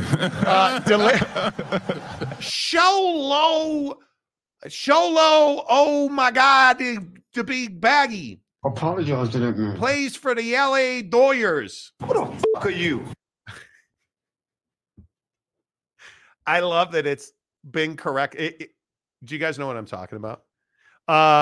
Some of the Japanese media would like you to know it's not Shohei, it's Shohei. Okay, Shohei, show me, show you. Shohei Otani. Show me the money. Jesus Christ. Delaric, the issue is the third-year receiver making a junior high mistake in the NFL. This receiver has had issues with the Chiefs the entire year. You got to be better than Kadarius Toney. Giggity, Chiefs ain't chit. I agree. A hundo P, dude. The Todd father, he was 6 inches on the line, but doesn't matter, dude. Yeah, I think there is no doubt that, yes, you are correct. Was he a 1.5 feet? No, he wasn't. He was 6. You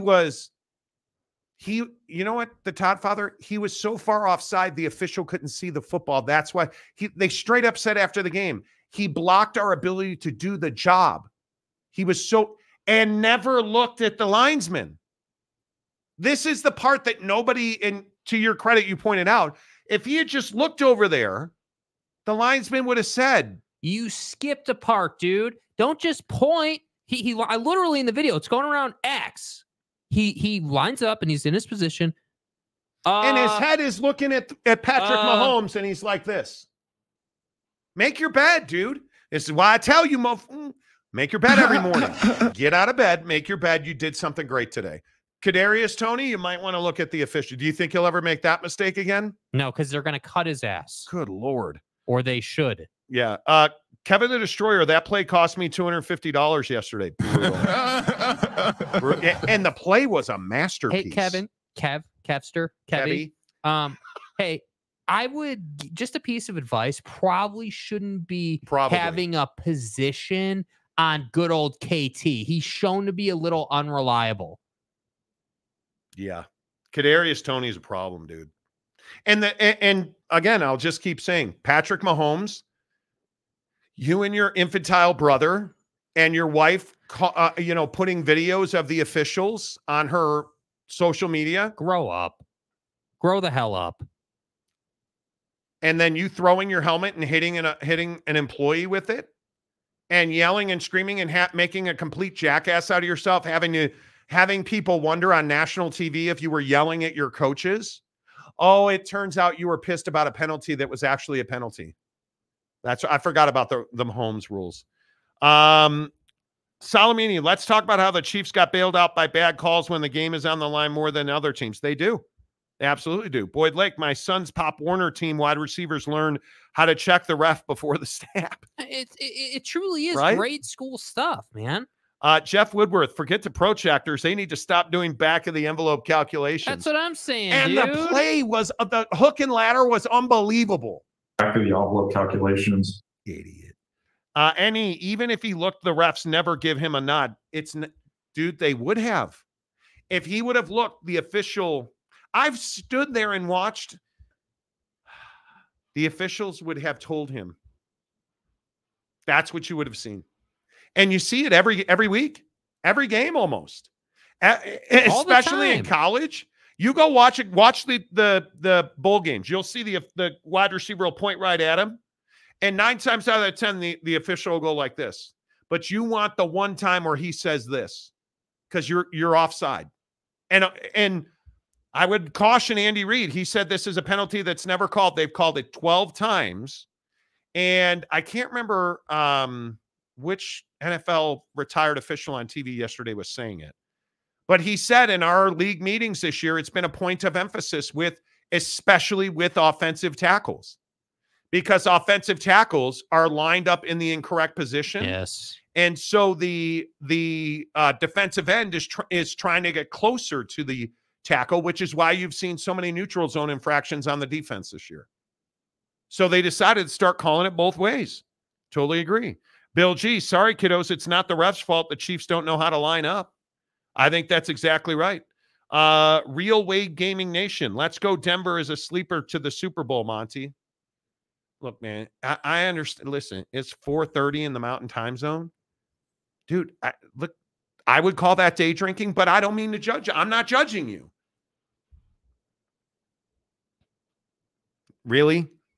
Did you guys see that Russ had another baby? Now, frankly, if I was married to who Russ is married to, we would have. Frankly, I would time it, but my God, just like that. Oh. Every 10 months, pop it out because I ain't stopping for nothing. Look at you. His cock. Hey, baby. For nothing. Okay. Ain't no reset. That felt awkward. CJ Vance, good afternoon, guys. Hope the golf trip was a success. Go Niners. Copper Rock and Hurricane. We got some video for you guys later in the showroom. Stick around. And totally the other thing you always worry about when you go to a really nice golf course is how expensive it's going to be, because everybody thinks we get free greens fees. We don't. Nobody lets us play for free. We're nobodies. So it's affordable and the course is outstanding. It's an amazing the driving range experience. Oh, second to none, dude. Best driving range experience ever. Price Rent, their ego is getting the best of the considering they're asking for benefits of the doubt without earning it this year. Totally agree. Hundo P, dude. You got to earn those things. Lance, there is no salary cap in MLB baseball, but there is a luxury tax. And no, there is no rules in the CBA around deferred payment. None. It's limitless. It's wild to me. It is absolutely wild to me that Shohei Ohtani scored a $700 million contract. Eventually, he's deferring $680 million of the $700 million. I'm with you. He wants a dynasty. He wants to win for a long time, dude. You just picked up the best offensive player of his generation, and you did it for $2 million a year. And think about this. Wild. Just to put this into perspective, Front Office Sports has the full layout of when he starts seeing that additional money. Mm-hmm. $2 million a year until 2034. 2034 to 2043. 9 years. Dude. Every year, $68 million to not play baseball. Where do I sign up? Dude. I could get new golf clubs every year. Dude, every year. Guys, do you understand? I literally 68 million divided by 365 is $186,000 a day, sir. Bro, that's amazing. What? That's amazing. Oh my God. That is. Dude, Buddy's playing Pelican Hill at night for free at that point. Yeah. Giggity says Shohei equals show me the money in Japanese. Yeah. Yes, dude. Oh my dude. Mark Barnett, they called the same penalty in the Dallas Philly game on Lane Johnson. Patrick drinking that stupid entitlement juice with Brittany and Jackson. Dude, I cannot stand those two. I just hate it. Kirk Myers, Jake, no more pollution in the park? No. Nah, dude. And we went to Zion, too. What was the name of the canyons we went to? Collab Canyon? Yeah. Beautiful. Unbelievable. Yeah. OG Gary, Jaden, Himothy Heisman Daniels. Yeah, whatever, dude. It's a good win for him. Guy's going to be Mr. Injury Report. He's got to gain weight, and he will. Good win for him. Big win for him. Mike Smith, Sean, big turnaround with the Broncos. Huge. And remember how many people were doubting him. Greg Hawkins, Shohei could spend $150K every single day and never run out of money. God, can you imagine that, you guys? What would I even do with $5,000 a day, $15,000 a day, oh my God, $150K a day? God damn. Aaron Wilson, Taj Brooks greater than Ollie Gordon. That's an argument we're going to have at some point. Where's James? Yeah, where the hell is James? Yeah, where's dude? The mayor of Okie State Town? Hi, this is James. Welcome back. Salamini, Ohtani doesn't need to do day trading. Try day trading, dude. What would you do if you were making $150K a year? I would do this show. No, No, fuck I that. would. I'd be out. No, dude, don't be a red ass. See you later. Be a red ass. Dude. If you want to give me $150K, I will not do this show ever. Come on, dude. I would expand my real estate portfolio, and I would play golf, and I would hot tub with Mrs. Monty. I would go to every corner of the earth. I would play the finest golf courses on the planet. Oh my God. Well, that's the issue, isn't it? Oh, Greg Hawkins. Can you imagine day trading with several $1 million? Jeez. Dude, the money you would make at Tri-Day trading if you had that money. God. The Todd Father, we need to call every 6-yard DB touch. We need to call every D tackle in the neutral zone. It's not egregious. Guy. Todd, I don't understand this. Like these, but dude. I'm being serious, Todd. He was so far offside, they couldn't see the football. What did you want them to do? Just ignore it and not call it? They're not going to do that. All he had to do was look, but this is a guy, and this is a lesson for all you little Sparkies out there. If you are not detailed, you're not going to look at the official. You're not, and again, you're not going to make your bed. You're not going to take your vitamins. You're not going to eat well, and you're not going to look at the linesman, which goes back to what SEO Boyd Lake said. Our Pop Warner kids are taught the first thing you do is line up, put your foot down, and turn your head left. Look at the official. This is not, come on. Not difficult. Wasikowski from Plymouth Canton. Yeah. Nice to join the show. Hey, Jaggy. How about Jared Goff yesterday? Huh, jerkweed? Justin Fields for president.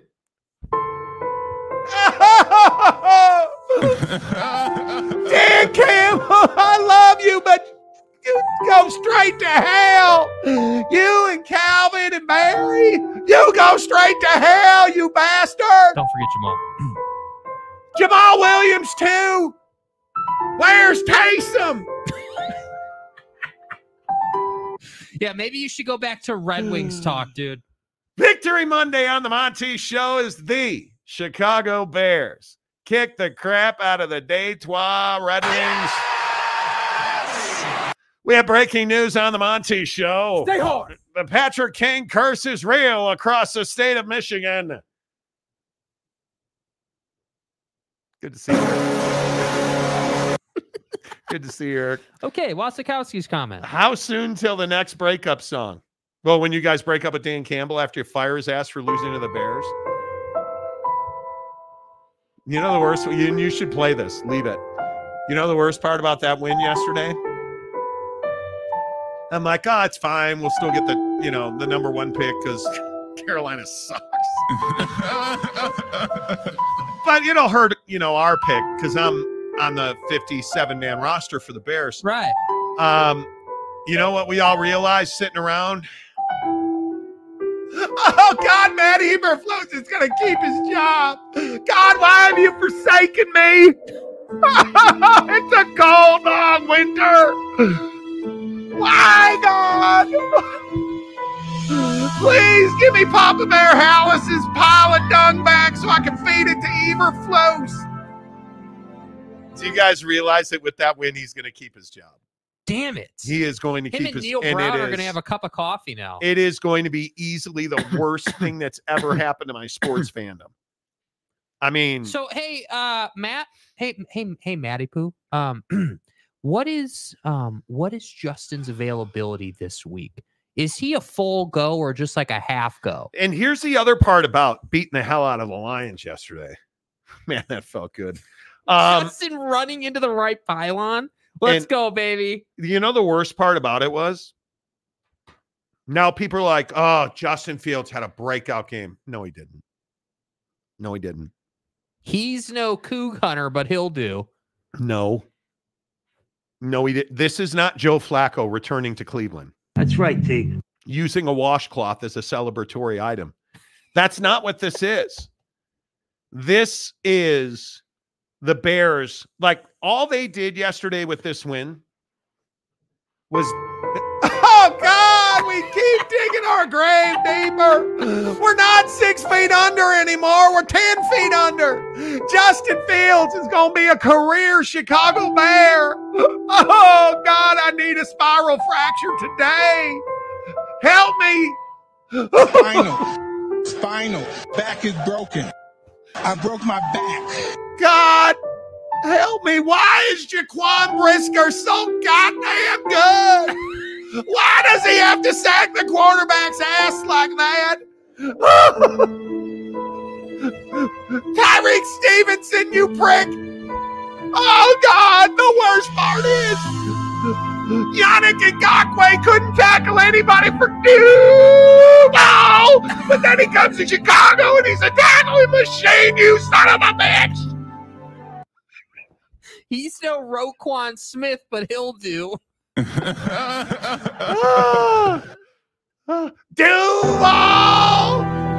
Why Duval? Send him back to Pervin Liar in that bar with his hand up her ass!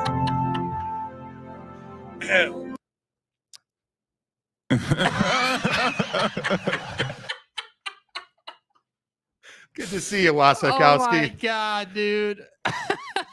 See what you do, Little Caesars. See what you Holy do. Crap, dude. The Patrick Kane curse is Damn. real. Whew. Maury Alvarez, even if the Bears get the #1 pick, they're going to trade it. Thanks. I mean, we're going to sign Joe Flacco. You and I both know that. He's going to show up with his dress shirt tucked into like his Depends because he's about 100 years old. Hey, guys. That's, you know. Joe Parker says, what's up, guys? If you got to ask, you don't want to know. How you showed up in this exact moment, I have no idea. Giggity, a member for 11 months. Let's go, Giggity. I appreciate you guys. You're welcome. You're welcome. Alex Rea, Cal Bear, Calford. Did you guys hear the Big 12 is not? No, I'm not doing it. Shohei Ohtani going to defer $68 million of his $70 million salary. Wow, I hadn't heard that. Is that true? We quite literally just finished talking about that. Let's see. Cal G. Bear. Ohtani is the new Bobby Bonilla. Indeed he is. We need a bobblehead of Monty praying. Well. Hi, this is James. Welcome back. Welcome to the show, James. We're trying. James is in early on Giving Tuesday, by the way. Well, step your game up for tomorrow, boys. Wasikowski, first place. Hey, listen, man. You know, all I'm saying is that Jared Goff ain't that guy. It's not that guy, pal. Yeah. You don't always have to be negative. Yeah, he's no Scott Mitchell. No Eric Kramer. Oh, man. He's no Rodney Pete Waskett. That was a masterpiece of dog shit. Yeah. Remember Rodney Pete as a Detroit Lion? He's no Eric Hipple with a concussion thanks to Wilbur Marshall, but he'll do. Who the hell names their kid Wilbur? I don't know. John DeLon. Settle down, Karen. Trying. I'm trying. You know. Greg Hawkins. Ohtani agreed to defer all but $2 million of his annual salary, 68 of the 70 per, until after the completion of the contract. Interesting tidbit from The Athletic. Hadn't heard that. You guys are trolling now, aren't you? Mike Smith, Bears trade with Chiefs so Chiefs can get Manning Jr. That would be awesome. Christopher Parker, why not defer 69? Oh! You know what? Grow up. Kirk Myers, Monty, I see static in your hair, man. Move to a low spot now. Spangler, few professional franchises have sucked for the entirety of our lives. The Bears and Lions are two of the few. Thank you. Hey, look here, man. We've been bad for a long time, boy. Rex Grossman didn't do it for you? Oh, man. Flexi Rexy. John DeLon, wasn't Rodney Pete's wife hot? Oh my God, yes. Oh my God. Yes. Jim Choi, Rodney got a hot wife, Holly Robinson. Holly Robinson Pete. Hyphen in there. Spangler, Marvin Harrison would be great. I'd prefer J.C. Latham. Marvin Harrison could play. Remember the Ravens won a Super Bowl with Trent Dilfer? Trade Fields and get a couple of studs on defense. Our defense is really good, right? Odix is playing well. We need wide receivers. Look, we only need a couple. We're like, oh, God. We're only 37 players away on offense. We're like, the Chicago Bears are like, we are tonight's awful team in the draft. You know, you have no talent when your two tight ends are the best receivers on the team and they're the fastest and they lift more weight than the offensive line. How is that even possible? Like Cole Kmet's a stud. He is. We don't have any offensive linemen. We have more, more. I heard, and I don't know if your sources are telling you this, but my sources on the program here have informed me as soon as tomorrow that KT might be on the market. Would you be interested? Don't start.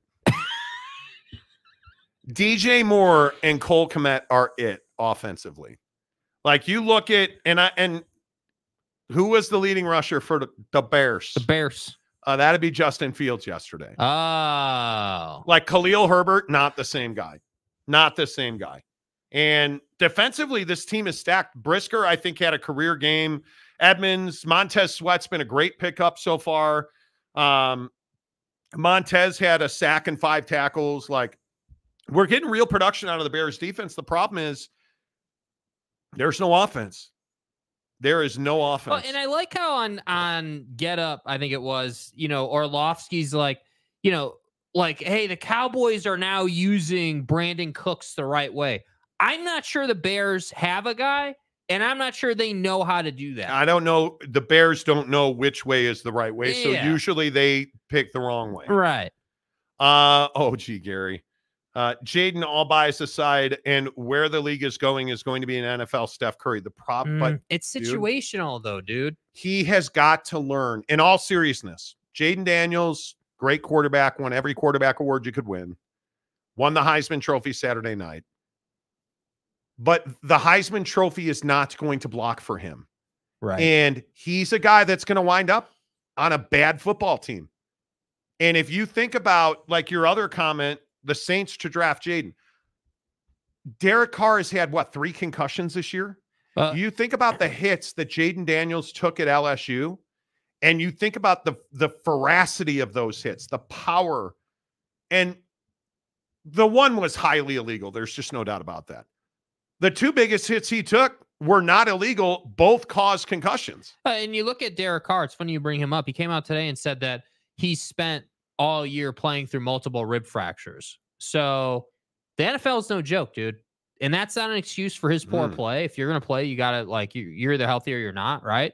But I'm just telling you, man, I don't doubt the kid's potential. I mean, clearly, like the VR stuff from last week, like the ability to digest a defense's tape and understand it and use it and leverage it in real world situations on the field. Yeah, I have no doubt about this cat's ability mentally or physically in terms of arm strength or any of that stuff. What I have a concern about is he going to come into the league and play the way RG3 did for a cup of coffee? Or is he going to come in here and play the way Dak is figuring out how to play, which is, hey, I got to run for effect, not as a matter of habit, right? I need to be a pocket passing QB that can rope it down the hash to Brandon Cooks in the end zone and get a touchdown. Or are you just going to run all over the field and be the guy that's hurt constantly? Because you're not a franchise guy if you're always hurt. It's just that simple. Yep, I agree. Cyclone Steve, who's been a member of the show for 4 months. Let me go ahead and pull it out for you, dude. Cyclone Steve. Just got my free buckshot. Which should I try first? Well, if you're in the Central Time Zone, I would probably wait for tomorrow. I'm a huge Blue Raz fan. Blue Raz or watermelon, dude. Blood Raz is pretty good, but I would say Blue Raz and watermelon are the goats. Yeah, I love Blue Raz. Make sure you get in the comment section below. or in the comment section, in the description below, to get yourself some free buckshot, 6 free buckshots sent right to your front door. Hook it up, BuckedUp.com, the official energy provider of the Monty Show. You know, we always try to give you free stuff, and everybody loves the free buckshot. You guys hook it up. There's 6 of them right here.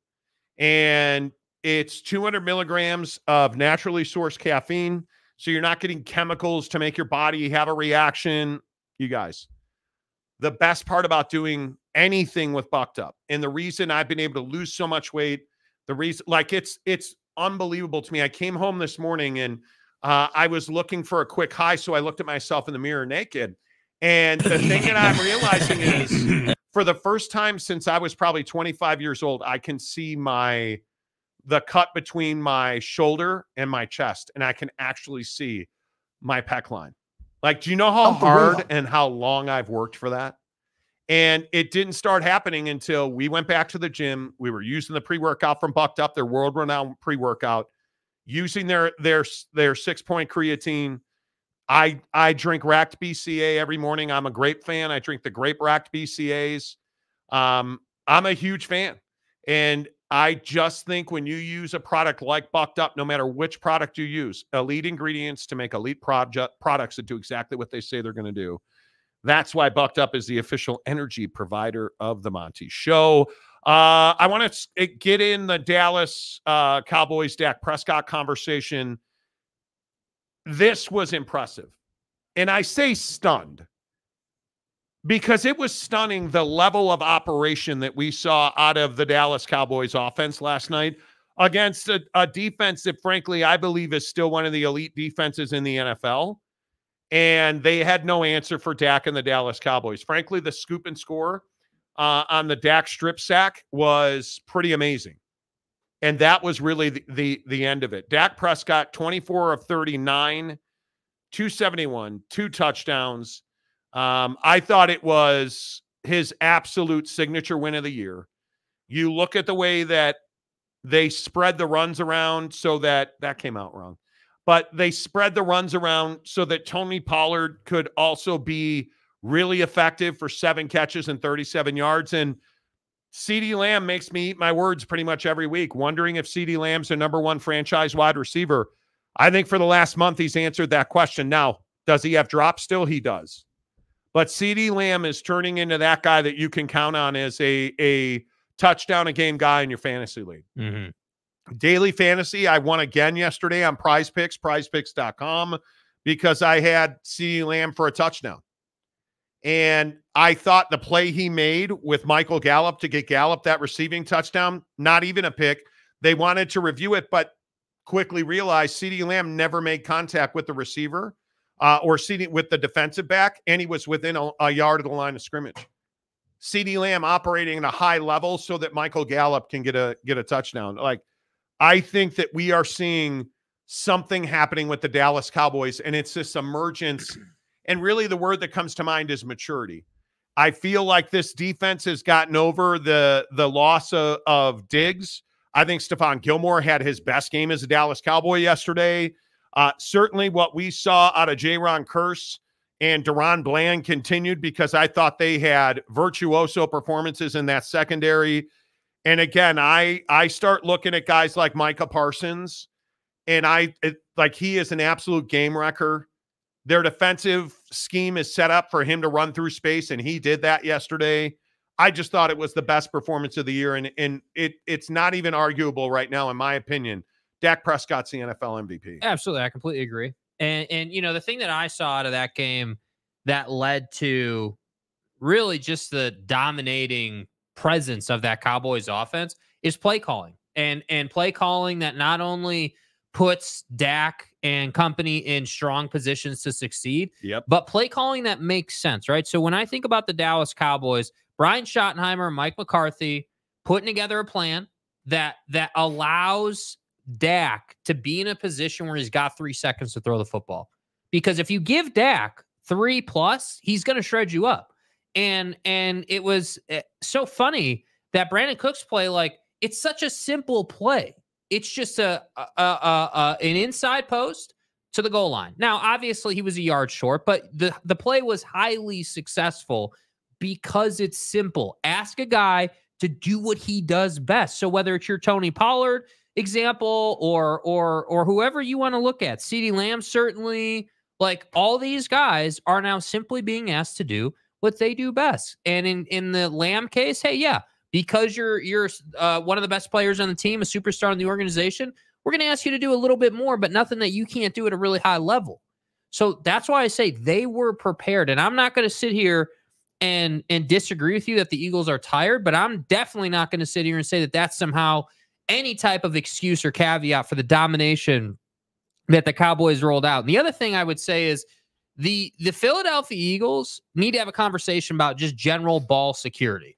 Just general ball security. Wow. Quarterbacks, wide receivers. Like Stephon Gilmore deserves a ton of credit. That strip he had is absolutely phenomenal technique and awareness. The idea that you're bringing down a wide receiver like that and you have the presence of mind to strip that ball the way he did is absolutely incredible. And that's why I say this is not just a player thing in terms of their success.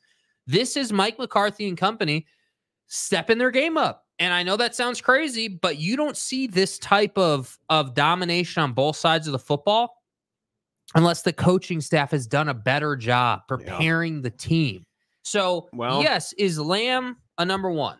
Yeah, right now he's a number one. Is Dak an MVP? Absolutely, positively, no question about it.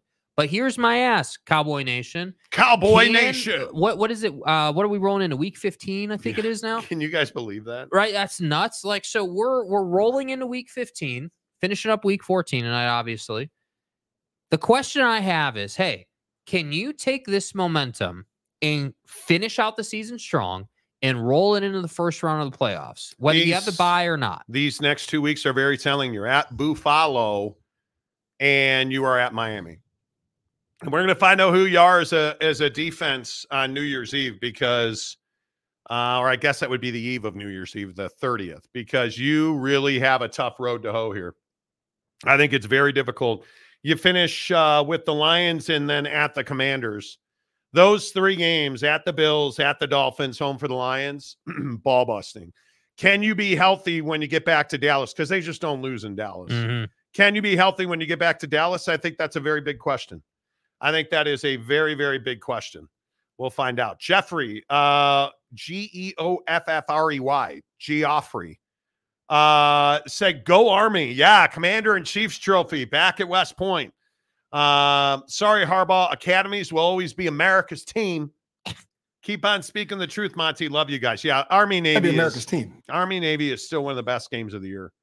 And I think when that Commander-in-Chief trophy, it means something. And there's so many trophies that just don't mean much, right? And I think you look at the Army Navy game every year. I don't think it gets the due that it deserves. I love that it's the only game, but I just wish people would be thrilled about it. I really do.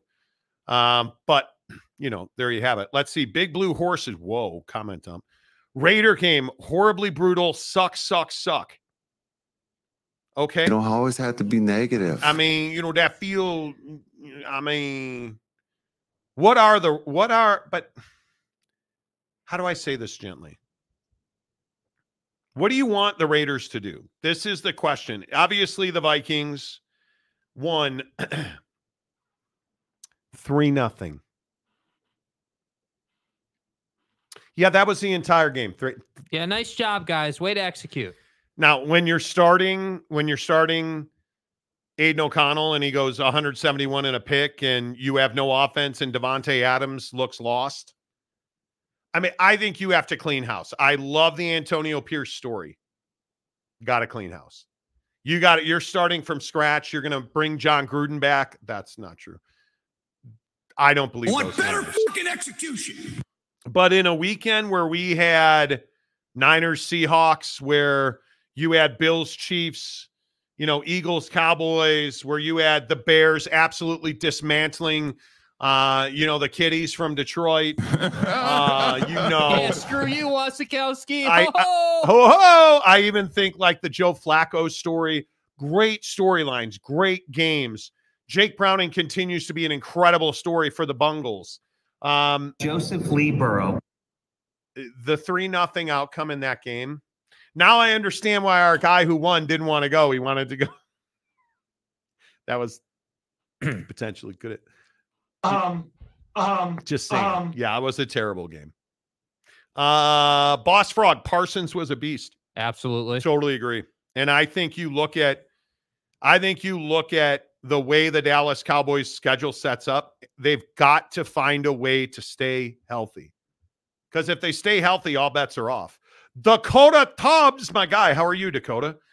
Now the age-old question is, how is Dallas going to cowboy themselves out of the playoffs this year? I think that's HIPAA. I don't think they are. The thing that is so, and I know it's crazy, but the thing that is so shocking is they are really well coached. They are, we talk about the details, right? And the details are being minded by the Dallas Cowboys. And I think whether it's Mike, McCarthy, I think Brian Schottenheimer's done a fabulous job developing Dak Prescott.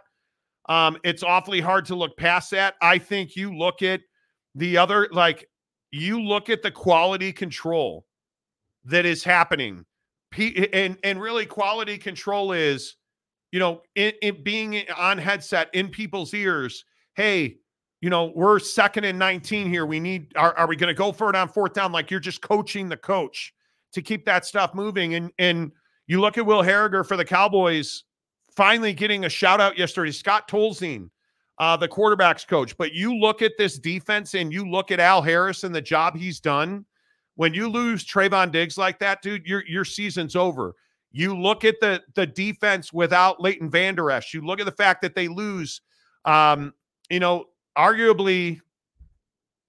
you lose Shaq to Philadelphia, and it didn't impact you. And I think they're getting really good, smart football out of that defense now. And I give Al Harris a lot of credit. I think Dan Quinn, for a guy who was left for dead and then came to the Cowboys and has been offered 2 head coaching jobs and turned it down to stay as a DC there, phenomenal. I think that this team is really well coached. And I think that this could be the year Dak wins the MVP, and I think they could give the 49ers all they can handle, because I still think the 49ers are the best team in the NFL. Absolutely. And I think that we watched the Seattle Seahawks yesterday absolutely melt down right before our eyes. And I think what that defense is doing, and Chase Young looks good to go again. I mean, it is and maybe look, John DeLon, you're embarrassing future Monty with all this Dak nonsense. You know he'll blow it like a bridge underpass hooker whose rent is due tomorrow when the playoffs roll around. Bro, dude. Okay. Look, that's commitment to your point. Damn. What are you going to say if Dak and the Cowboys beat the 49ers, and that game will be in San Francisco? Well, I know you're going to come out and say that you were wrong and you embarrassed future John D. Yeah. Right? That's right. You never do. Bastin Mapes. Dak has a gold miner problem he can't seem to conquer. It's a big one. I would say let's stop talking about Dak in that sense and start talking about Jera. That's a big, the 49ers are phenomenal. And you look around this league, is there a linebacker playing better football than Fred Warner right now? No. You look at that defense, and you look at what Chase Young's acquisition meant to Fred Warner, and it's very clear that when Debo's healthy and Brandon Ayuk blocking down the field, that the thing about the 49ers that makes them so difficult is they are committed to each other as an offense. And that defense is beyond reproach at this point. But you look at that, and you look at Brandon Ayuk blocking downfield, getting 3 blocks on one play. That's commitment. That's attention to detail. That's what, and with Brock Purdy and the job he's done, dude, I just think the 49ers are going to be a handful. Check this out while we're talking about the 49ers. So there are now, according to Mike Silver, during a team meeting leading up to this game between the Seahawks and the Niners, Kyle Shanahan showed multiple clips of DK Metcalf losing his cool and having fits of rage during the past game, and predicted yesterday's event, saying we will get 14 to lose his mind. Shanahan then jokingly said we would get Christmas presents for whoever could get DK Metcalf to lose his mind. And you remember who he lost his mind on. Well, Fred Warner talked about it in the postgame. Yes. He complimented DK Metcalf and said he's a hell of a player. He's got to learn to keep his composure. They targeted DK Metcalf. There's just no question about it. They hit him early. They hit him late. There's a shot of Fred Warner driving his forearm into DK's rib cage. You can see Fred Warner barking at him. Like, Fred Warner went after DK Metcalf yesterday, and it paid off. It absolutely paid off. Phenomenal Hebrew. I totally disagree. Brock Purdy is the NFL MVP. I think the biggest issue with that is you look at who Dak Prescott plays for, and you don't have to like it, but the facts are the facts. You look at how the Cowboys have ascended here. If they can get two of these next three, I don't see how he loses it, because the postseason doesn't mean anything in the MVP vote. And there's no question in my mind that Brock Purdy, he's having a phenomenal season. He's on track to throw for 5,000 yards and 35 touchdowns.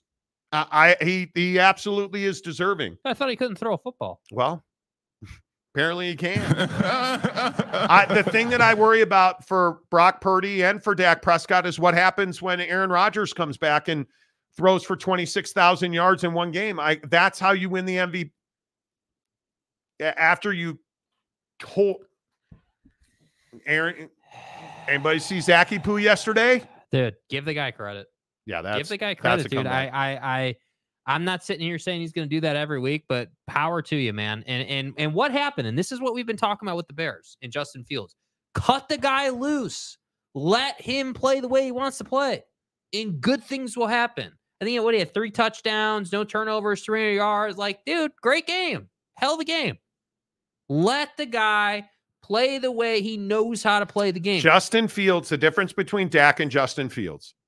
Justin Fields has a terrible play caller. And you look at Dak Prescott right now, he's got 2 of the better offensive minds in football working on his side. You look at Brock Purdy, he's got arguably the best offensive coordinator in the NFL. Yes. As his head coach. Like, the guys that are winning at the quarterback position are winning because they're surrounded with really good coaching.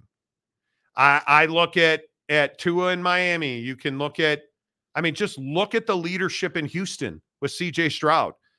It's not hard to figure out why the Bears struggle. It's not hard to figure out why the worst teams in this league struggle, because they don't handle offense well. Joe Parker says these guys are a joke. Okay, Joe, I'm here for Please tell us why. Boyd Lake, Puka Nacua with the Rams single-season receiving record. That kid's a stud. Can I just say how awesome it was to watch him catch that ball without any gloves on and a bunch of tape on his fingers? Is there anything better than watching guys run a human being run really fast? Probably not. No. I love watching Puka run that. But that his body folds in half when he hits the ground and he doesn't drop it. It's just a phenomenal play. Phenomenal. Let's see. Aaron Wilson says, salty drunk is in my DMs calling me a rat. Is what it is, right? Boston Mapes. Christopher, so why didn't Jimmy G or Trey Lance do what Purdue done? Well, I don't know what Purdue and the Boilermakers have to do with it, but, you know. Is what he meant. I think Brock Purdy's a phenomenal quarterback. Yeah, I think Brock Purdy has a better understanding what the defense is trying to do to him. Trey Lance, the game was too fast for him. And Jimmy G has been a pinnacle of mediocrity his entire career. Yep. Boss Frog, Mike, I suspect Cows Niners would be different outcome if they played now. Where are they going to play the game? That's the single question that I need to know. Going to play that game in I would not Santa Clara, not San Francisco, but Levi Stadium. You're not going to Levi Stadium and winning, but can you go to Tarrant County and win against the Cowboys? Not right now. That might be the best home field advantage in the NFL. Do you know how fast they are at AT&T Stadium? That's one of the things that really stood out to me yesterday, just how goddamn fast the Cowboys are. By the way, can we talk about the Cowboys kicking game real quick? Dude has an absolute leg, my guy. I mean, you're talking about somebody who was in the MLS 3 years ago. Now is an NFL kicker for the most popular, most valuable franchise in the league and knocking down 60-yarders like it's nobody's business. And I think the biggest point here on the Cowboys, they're going to have to win on the road because, again, don't fall into the trap of where we are now. It's you guys, it's December 11th.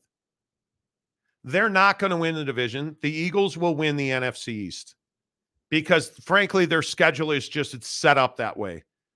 The Cowboys have a very difficult 3 out of 4 to finish the season, and let's figure out who the Commanders are because I think only one of those games is in Dallas, and that's Detroit. The Eagles are winning this division. Unless the Eagles fall apart somehow or whatever. Yeah, well, I don't think they've looked real. I mean, not even just the Cowboy game. No, it's attrition. Generally. It's attrition. There's just no question about there's a lot of they've played a lot of leverage football games. Yes. And that always catches up to you. And I think that what you're watching the 49ers do now, I think that this is a situation where the 49ers have managed the health of their best players. And if you can keep Bosa and Young healthy and Fred Warner healthy and Brocktober healthy, and I think Brandon Ayuk is a vastly underrated contributor to that team. And I know everybody wants to talk about Debo, but you're getting Kittle back into form. But Brandon Ayuk's blocking, I don't mean to be redundant. It was so impressive yesterday. Yes. It was just so impressive. You know, don't get it twisted. The Eagles will win this division. The Cowboys, if they do not win, it will because they will lose on the road. That's how it all sets up now. I can't. The flipping 49ers are just too good, you guys. They're not going to falter here. They're experienced. They're confident. And that defense, I mean, they're hung like steers. Like they're coming did you for just you. Say they're hung like steers? Yes, I did. I mean, do you want Bosa or Chase Young to kill you? Because you're not going to live through that. So you just go ahead and pick the guy that's going to crack your ribs, right? And if you happen to get away from them and you step up in the pocket, Fred Warner is coming for your hip joint. Right. Like that defense is as good as it gets in this league. And I can't remember who said that Brock Purdy's the MVP. He absolutely has earned that. He's in that discussion. But again, has there been a more impressive performance than the last, I don't know what, let's call it 6 weeks for Dak? And you look at the fact he's got better or on par numbers, at least with Brock Purdy. 28-6 for Dak is no small achievement. He went from a year where dudes couldn't catch footballs and I know we argued massively. We had riots over this last year on this show. Right. How many times last year did Dak Prescott put it on somebody's frame and it hit them and then got intercepted? Right. That's not happening this year. And again, I'm happy to say I was dead wrong about CeeDee Lamb. Because now he's catching the football. And the catch he made yesterday with his hands was pretty damn impressive. And Michael Gallup isn't getting hit in the face with a football and it's getting picked off on the deflection, which happened, I think, twice last year. Like, come on, man. Like, this team is legitimate. No, that's Patty Mahomes this year. Well, Kadarius Toney'd. I look at the Giant win. Okay, throw it out. But look at the 299 against Seattle. Good defense. 271 against Philadelphia. Phenomenal. He hasn't thrown an interception in a month. You guys. Yeah. The one game that stands out to you is the 49er game. And they got that ass kicked. They got that ass beat. That's a game that stands out to you. I think we deserve 49ers Cowboys in the playoffs.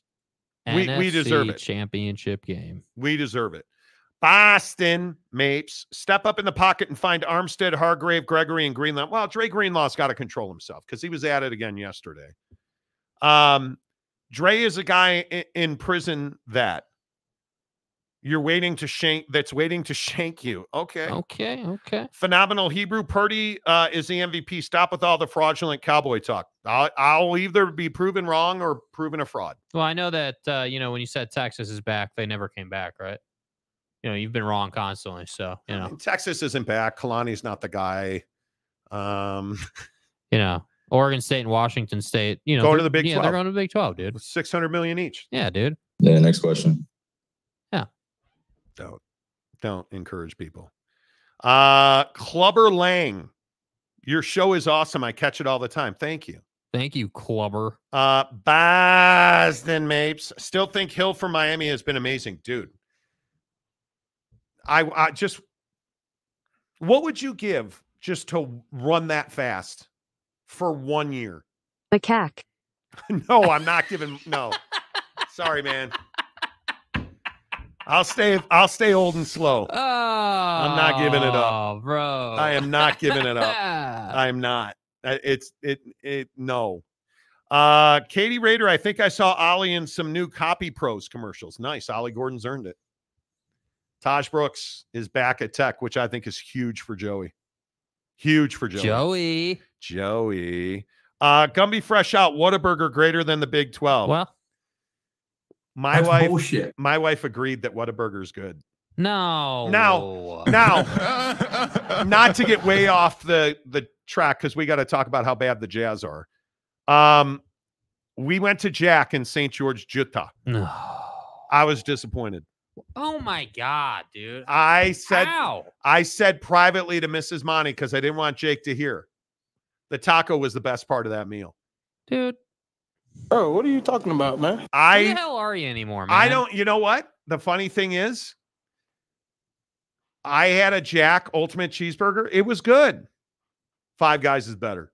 Well, yeah, dude. Five Guys is better. Okay, hold on a second. We can't be comparing Jack in the Box to Five Guys. The Five flip I Guys can't. burger is always going to be better because it's a fast casual. Okay. It's 15 minutes to make that thing, or it's you got like 5 minutes. Now, I would also say, man, we need to stop with crappy fast food workers. Will you please pay them so they will put the requisite amount of pepper on my Ultimate Cheeseburger at Jack in the Box? Because there was no pepper on it. Which to me, I took it personally. They said, hey, fat ass, you don't need the pepper. But that to me is, giggity bro, Cookout is mid at best. What is Cookout? Welcome to the nightmare. Cookout is where it's at. Mapes went to Jack in the Box for the first time and thought it was mid. Sorry, my guys. Dude, I'm telling you. Bro. Hour number 3 of the Monty Show, presented by The Advocates, theadvocates.com. The best injury attorneys in the business. We'll get back to it. The best injury attorneys in the business. Hook it up online. I'm telling you, get hurt at work today. Did you get in a car accident, you guys? If you're asking yourself if you need an attorney, the answer is yes, you do. Jake, do the Utah Jazz need to make trades, and do you think they will? Yeah, the Jazz are this team that are sitting here, having taken a step back this year, and I think a lot of people were very much surprised by where this team has gone. Like last year, this team overachieved. This team, was 35 wins, and oh my God, Danny the Creator, Danny Almighty, and Danny We Believe. And I'm not doubting Danny Ainge's ability to do this job. But what's so frustrating right now is that, last year we didn't talk about, hey, the Jazz lost by 50, or the Jazz were embarrassing, or, hey, dude, like, why on one night is it, hey, Laurie's out, Kessler's out, JC's out, and then the next night they're all back? Well, we didn't do that last year. Last year felt like, hey, you didn't have a great roster, but you tried to win every single game possible. And this year, and this is just my personal opinion, don't know what you guys think, but this year it much more feels like, we're throttling minutes because we want to be active at the deadline. We want to make some moves. We want to, basically offer everybody, including Lauri Markkanen, including JC, including, all the names you know and love, so that we can try and improve this roster. And I have to say, it's not all that fun of an experience. And I'm not saying that they want to lose more games than they have to. I'm not saying that about Ryan. I'm not saying that about Danny. But what I am saying is that the water or the path has definitely been diluted on this rebuild, meaning that last year you won a bunch of games that you weren't supposed to win. You overachieved. And then this year, you've just taken this huge step back. And that's what I think nobody saw coming. Then, on top of that, you've got all these rumors swirling around in the media in Salt Lake about how Ryan Smith wants to move the team south, and wants to be at Point of the Mountain with all his Silicon Slope buddies. And, the Trib is putting out these scathing articles. So I just think the Jazz are in this position where it doesn't feel as like happy-go-lucky. It's not as warm and fuzzy as it was last year. And Jazz fans are being a little bit impatient with this process right now, to which I say, hey, you need to deal with it, right? If you want to rebuild and you want to move on from Rudy and Donovan, which was a combination that was never going to even sniff a championship together, you want to move on from that and get younger and rebuild, you're going to have to take some pretty crappy seasons to do that. And I think that's what this is. Yeah, I think this is that, but I also think the Jazz are open for business. I mean, I don't think there's any doubt that the Jazz are trying to deal. And we were told directly this morning that the Jazz would trade anybody, and that includes Walker Kessler. And I think that's a very big ask. Now, are they trying to trade him? They're not. But I think if you give the Jazz the right package, I don't know that there's anybody they wouldn't trade, and that includes Keontae George and the Waterboy. Like, I think if you give the Jazz the right package of assets, they're going to deal. I don't think there's any doubt Jordan Clarkson and Lauri Markkanen are on the market. I don't think there's any doubt that Kelly Olynyk is on the market. I think one of the main issues is that they missed the window on Jordan Clarkson.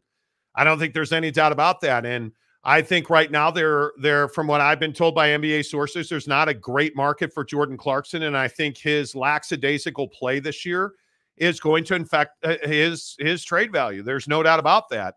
And I think when you're Jordan Clarkson, you have a very short window in time here to win a championship, and this trade deadline has to be when you do that. I think that market will emerge for Jordan in late January. But I think you could trade Lauri Markkanen today. I think you could probably make a deal for some of your bigger guys today. It's a matter of what you ask in return, because I don't know that Lauri Markkanen brings a first-round pick. I asked that question directly to several NBA guys that I talked to, and the answer was, I don't think so. And I would agree with that. I don't think Lauri Markkanen on his own brings you a first-round pick. Now, is Lauri part of a larger trade that lands you a better young player that allows you to build forward? Sure, I think that's absolutely doable. But I think much to Jake's point about, hey, where's this team going to play ball? It's a huge mistake that the Tribune is the one that broke that story, because the Tribune, whether it's a hit piece or not, the facts are the facts. The Tribune has the Utah Jazz looking for a plot of land at the Point of the Mountain. And I think that's problematic for Ryan Smith, because I think it makes people question him a little bit. And the next time somebody says, is this just one of Ryan Smith's new toys? I think that I would have to answer, yeah, I'm not sure how serious he is about winning. And I truly am not at this point. You have mismanaged Jordan Clarkson. There's just no other way about that. It was a mistake. And people close to Clarkson told me over the summer that he was going to opt out. And I think the rumblings were that he opted into his contract with a promise that they would move him to a contender at the trade deadline. And I think that's what's going to happen. The problem is now the market's turned on Jordan Clarkson. And I don't know that there's a huge market for him at the deadline. We're going to find out. And I want to make it clear, I do believe a market will emerge for Jordan Clarkson coming at the deadline. But I think that they are going to be, for a second year in a row, you are going to have heartbreak in Jazzland, because I think you are going to wind up trading your bigger stars here, and that includes Lauri Markkanen. Yeah, I think it's frustrating right now for anybody observing the Jazz, to sit here and be like, hey, well, Jordan Clarkson's our guy. Jordan Clarkson, Lauri Markkanen be damned, has been the face of the franchise since Don and Rudy left. I mean, Jordan is seriously the last person involved with that success of Utah Jazz basketball. I mean, that's the last time. Like, Jordan Clarkson's that last remaining tie. And I think, it's frustrating that we have to sit here and be like, hey, well, Tribune or not, it's being reported that Ryan is looking at that. Well, why would you be looking at that, dude? The Jazz have always been downtown, and I don't care if you think that people from Draper would drive up to Salt Lake City to watch the game. That's not the point. That's not the point. That's not the point. And yes, I do believe they do all the freaking time, but that's not the point, man. The point is that whether it's bad jersey rollouts, whether it's moving the team to Draper, whether that actually happens or not, I have no idea. But I'm just saying, perception's reality, dude. Whether it's jerseys, moving the building, not winning games, People thinking that this is just another one of your toys. That's the problem right now, dude. And for those of you who live in Salt Lake, you'll remember, and we don't need to get into specifics, but you'll remember the Trib also had stories about how you were ignoring the homeless encampment outside of your building during the All-Star game. We all remember the Travis Scott stories. Whether they came out positive or not in the end doesn't really matter, right? Because my point is perception versus reality. Perception hasn't exactly gone their way. So I'm not sitting here saying that Ryan Smith or the Jazz front office are running this team into the ground. Yeah. What I am saying is it's time to get a move on, man. It's time to definitively put a stake in the ground and understand the direction of this rebuild, because I'm the guy that's sitting here saying, why the hell is Jordan Clarkson playing when Keontae George should be getting plenty of minutes every night? Why am I not seeing more Taylor Hendricks? Well, like, why is, and I understand that Sensabaugh is not refined. Totally get it. But he needs to start seeing some NBA time, even if that's 10 minutes a night. I'd like to see Ochai Agbaji in different positions, different leverage. Precisely. You know, like you need, and again, I think that Will Hardy's been very honest that he's part of the problem, but he's learning on the job in year number 2. Like, I think you expected some of this. That was a masterpiece of dog shit. What you didn't expect was the blocks of missed time from your veterans who apparently are just taking rest games. That's another thing that I think is not a great look right now. You know, why is it that one night all these guys are out? Like tonight, perfect example. Tony Jones of The Athletic covers the Jazz. Excellent reporter. Give him a follow. John Collins is out for the Utah Jazz tonight with an illness. That leaves the Jazz without Collins, Markkanen, or Walker Kessler against Oklahoma City, who, I don't know if you guys know this or not, is a very long team. So let me guess, we're on tap for another 25-point plus loss. You're not trying to win. That's my point, dude. You're not trying to win. Don't tell me, don't convince me that you're trying to win. This went from, and this is the part that I guess for me, I'm a little bit salty about, admittedly. No pun intended. Yeah, no pun intended. Last year, I truly felt like, hey, you were coaching to win every single game.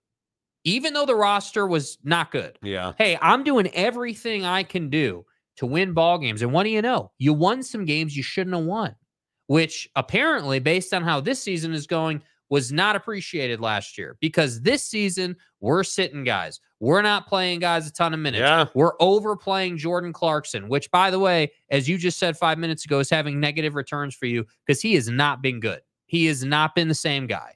So that's what I'm saying, man. Like the Utah Jazz need direction. That's what I feel like is truly the problem here. It's okay to be losing. It's fine. It's fine. Still selling the building out. Jersey sales are fine. Everything's fine. It's okay to be losing.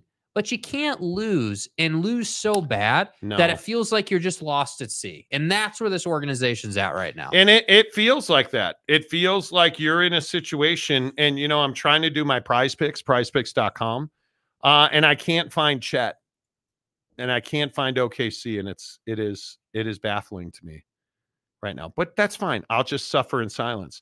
It's baffling to me that the Jazz have taken the passive-aggressive course they've taken. And we'll see exactly what it looks like with stadium stuff. I have a hard time believing Ryan Smith is going to leave behind his millions of dollars in infrastructure advancements he put in for the All-Star game. I just don't see the Delta Center and Delta Airlines buying in just to have you move out of, like, that doesn't make a lot of sense for me. So I think it's one of these situations where you just have to be patient. You have to be very patient. And why is Oklahoma City off the board in prize picks right now? Like, this is wild. Again, how many times is this going to happen to me? Do you see Chet in your prize picks? Why are they off the board, dude? I don't know why. They're playing the Utah Jazz. You think that's why they're off the board? Yes. God, dog, that's so frustrating. Big nights. Again, and this has nothing to do with the Jazz, obviously. But for something like prize picks, yeah, you're not going to have OKC on the board when they're playing the Jazz because you know it's super unpredictable how the game's going to go. But, dude, I'm on a heater. I am on a heater, dude. I am on a heater. They're up for rebounds. Chet Holmgren, 8.5 rebounds. Yeah, he's hit that only once in his last 5 games. Yeah, but you're again, no Walker Kessler, no Laurie. I don't know. I'm not talking to you in anything tonight, dude. It's your call. I'm on a heater on Prize Picks, you guys. And if you're not playing Prize Picks, what are you doing? Prize Picks, prizepicks.com. Use the link in the description below. Bang the promo code Monty to get 100% deposit matching at prizepicks.com. Mm-hmm. I think that you, oh man, I need OKC. I need Chet Holmgren, and rebounds is tough. I don't know that I can do that. What do you think? 8.5 rebounds. You would take that. Against the Jazz, I think it's more comfortable because they don't have anybody to rebound. There it is. They added OKC right now. There you go. Now, finally, it popped up. 28.5. That's why, because reporting on injuries just came out for the Jazz game. That's why. Chet Holmgren, 28.5. Points, rebounds, assists? Yes. Yeah, that should be comfortable. That should be fine. That should be more than fine. That should be fine. Yeah. So we'll take that. Now, what do you think of assists from Shai Gilgeous Alexander? Shai Gilgeous-Alexander, 6.5 assists. And he's a guy who... Yeah, I would take that because in a game like this... Damn it. But what's his point number? Look, is he under points? Any chance he's available under points? Oh, he is. Yeah, it's 56, I think. It's not 56. Shai Gilgeous... 31.5. Is it 31.5? Chet's only 17.5. Yeah, see, I think you're more reliable on points for SGA because typically... Stop. Well, but look at his games, dude. How many minutes is he going to play? Bro? He's not going to play a lot of minutes. Okay. He's not going to play. You really think he's going to play enough minutes to get that? This has rest game written all over it. You know what I think it has? Taking the under on Giddey. Giddey is 12.5 points. Yeah. You would take the under on that? Look at his 4 out of 5, dude. Oh. I'm going to take the over on Giddey. Okay. I'm taking the over on Giddey. Just for the record, I told you to take the under. Maybe I'm wrong. You shut your mouth. NFL, here's where we got to go, boys. NFL, Tua tagged by your mama. Tua. 286.5 passing yards. Jordan Love, 230 against the Giants. Tommy DeVito, 177 against the Packers. And Will Levis, with the hot used-to-be girlfriend he broke up with, 211 yards. Which one you feel better about? Not Miami, not with Levis. I think you got to take Tua, dude. Tua? 286 is a big Tua or Jordan though. Love? Tua or Jordan Love? That's the one. I think Jordan Love. Yeah, look at Jordan Love's consistency. That's not anything made up, dude. This guy's consistently over 230 yards. I'm going Love. I'm going Tua Tagovailoa, more than 286.5. Josh Giddey, more than 12.5. Chet Holmgren, more than 28.5 points, rebounds, assists. $5,000 flex play. Yeah. That's a lie. We're in, boys. We're in. I'm going in. That's the entry tonight. Prize Picks. What do you guys think? It's a $20 flex play because this is an odd night. You guys think I'm winning or losing? And all you mongrels are going to be like, oh, you're losing, Chubbs. Who knew the Giants kicker isn't available in Prize Picks? Yeah, seriously. Punts. You love taking punts in Prize Picks. Yeah. There are my picks right there, boys. Chet Holmgren, more than 28.5. Giddey, more than 12.5. Tua Tagovailoa, 287 yards or more. Yeah. I feel pretty good about that. What do you guys think? Am I winning or am I losing on that? So far, I've got Christian Braun with Denver to have 1 turnover. Boston. Oh, God. Giddey is only good for under 16. Okay. Right on cue. Right on cue. Right on cue. My gambling season is over February 11th. Well. Okay. OG Gary, Giddey definitely loves the unders. You guys are a bunch of sickos. You guys are savages, bro. You guys are Absolute sickos. Savages. Come on. Robert Fowler, Monty, I'm bummed. Prize Picks isn't legal in Iowa. Oh. Sorry to hear that, dude. Sorry to hear that. Yeah, that sucks. Kurt Meyer says you're a loser. Thanks, Kurt. Man, really? Appreciate Goodness, that. that's really awesome, dude. I think I'm winning tonight on Prize Picks. I think I'm winning taking tonight. Jordan Love for more than 1.5 passing touchdowns. And let's see. I need one more. I think you got to go. I think you got to go What's with other Giddey. Specials? Go with Giddey over, man. I'm telling you, take the over on Giddey more. Take the more on Giddey. You will thank me. What do I get if this is wrong? Slap in the face. I explicitly said not to do this. Okay. How about this? How about I buy you a steak dinner at Mastro's Ocean Club in Vegas? Okay. Okay. Well, I'm going more. I'll go more. So Christian that's Braun, part of his birthday gift. Christian Braun, 1 turnover. Okay. Jordan Love to have 2 passing touchdowns, and Josh Giddey more than 12.5. You're welcome. Flex what do I play. get? What do I get? Nothing. I told you so. You get to say you told me so. Yeah. I mean, I know how much you like to do that. So. Kurt Myers, Jake may have a shot. Salamini, speaking of losers, Lakers to hang an NBA Cup banner. But I think, why wouldn't you? Little live news. Oh, shit. Mr. Finau has put an end to the live rumors. He is staying on the tour. Really? Yes. Wow. Tony Finau on Instagram posted about an hour ago. Stop. The 2023, this is off Finau's Instagram. The 2023 season is in the books. It was a special and incredible season highlighted with a win at the Mexico Open. It was my 6th win on the tour. Another highlight was reaching the tour championship for the 7th year in a row. As this year comes to an end, I'm grateful to play the game that I love and have the opportunity to compete at the highest level. I'm excited for 2024 and looking forward to playing my 10th season on the PGA Tour and stoked to be defending in both Mexico and Houston. Wow. Thank you to my partners for your continued support. Thank you to the fans for all the love for our whole Finau fam. See y'all in Maui. Wow. Hashtag, and this is the finish of the post, hashtag I'm not leaving. Wow. So definitive. If you guys don't know this story, let me explain. Do some explaining. Let me explain this. Tony Finau is a phenomenal human being. He's got like 37 kids. He's got a huge family, and Finau has been one of the hottest golfers, I think, in the world. I don't even think there's any doubt about that as a brand. So last week you heard Tony Finau reference with Live Golf because John Rahm, who he's very close to Tony Finau, signed that massive deal at Live Golf. And Tony was being recruited by John Rahm to join his new team because Live Golf gave John Rahm his own team.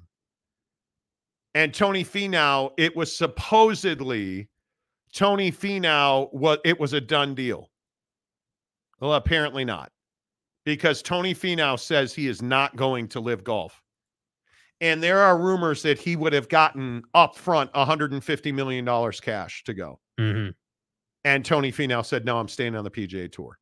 Good for you, dude. And I think, and I don't know what you guys think of this, I think that Justin Thomas and Tiger Woods are closing ranks. And they are saying to current players on the tour, if you go, you're dead to us. Just know that. And Rory McIlroy made an impassioned speech about John Rahm, who's a very close friend of his, and a Ryder Cup teammate. And I think that these PGA guys with real power are saying, hey, if you go, you're dead. It's over. You're not coming back. And I think guys like Tony Finau have a conscience. And I think this is a huge move out of Finau. This is a huge move out of Finau. Yes. Jeff Woodworth, Tony, you only live once, L-I-V. See what he did there. Yeah. You know. The Todd Father, it's weird Prize Picks doesn't work in Iowa. Everything else does. I don't understand why not. That is weird. Woodworth, Liv offered me $25 to play for them. Yeah, I turned it down too. You know, they saw me draw a 7-iron down at Copper Rock in Hurricane, Utah. By the way, Southern Utah Golf, amazing. Mm-hmm. Copper Rock Golf Club. Did not pay us to go there, nothing. We paid our way, everything. On their 14th hole,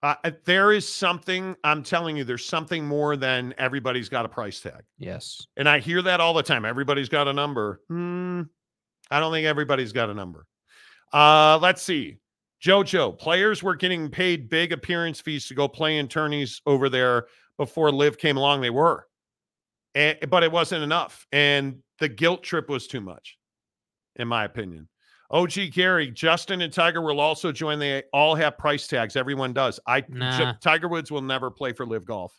Not in its current incarnation. If there is a merger and the players are in control of the negotiations now, and they are negotiating with the PIF and that whole thing.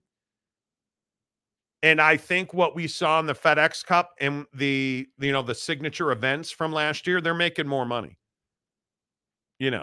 It's just going to be a matter of... Yeah, it's just negotiation, man. It's just figuring it out.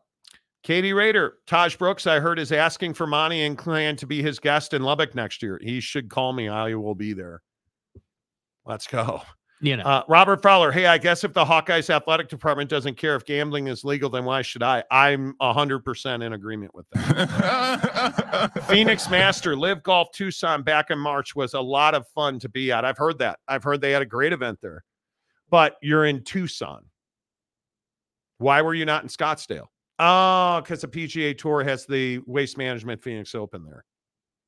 And that's the thing that's going to be tough. Is Live Golf ever going to have a tournament at a place, and you'd never be at Augusta, but Pebble, Torrey. I have a problem seeing that. Where you have the U.S. Open, St. Andrews, have a problem seeing that. I don't know. We'll see. I think it's a really interesting conversation. Yes. I'm excited to talk about buying cars. We talking about that yet? Oh, yeah. I'm sorry. Rule 1 in gambling: don't bet on the sports you play. Bet on the sports you officiate. I mean, who doesn't know that? Who doesn't know that? Can we talk about buying a car? I don't know if my wife is listening to this. It's probably not a good idea. My wife wants to buy a particular electric vehicle of a particular brand, of a particular dealership, of which I called that dealership today. Bounced around. Nobody ultimately picked up the phone. Bounced around. Sales guy picks up the phone. Hey, man, I see you have this deal, 0%, 72 months. Tell me about that. Well, the first guy I talked to at a dealership on this particular nameplate.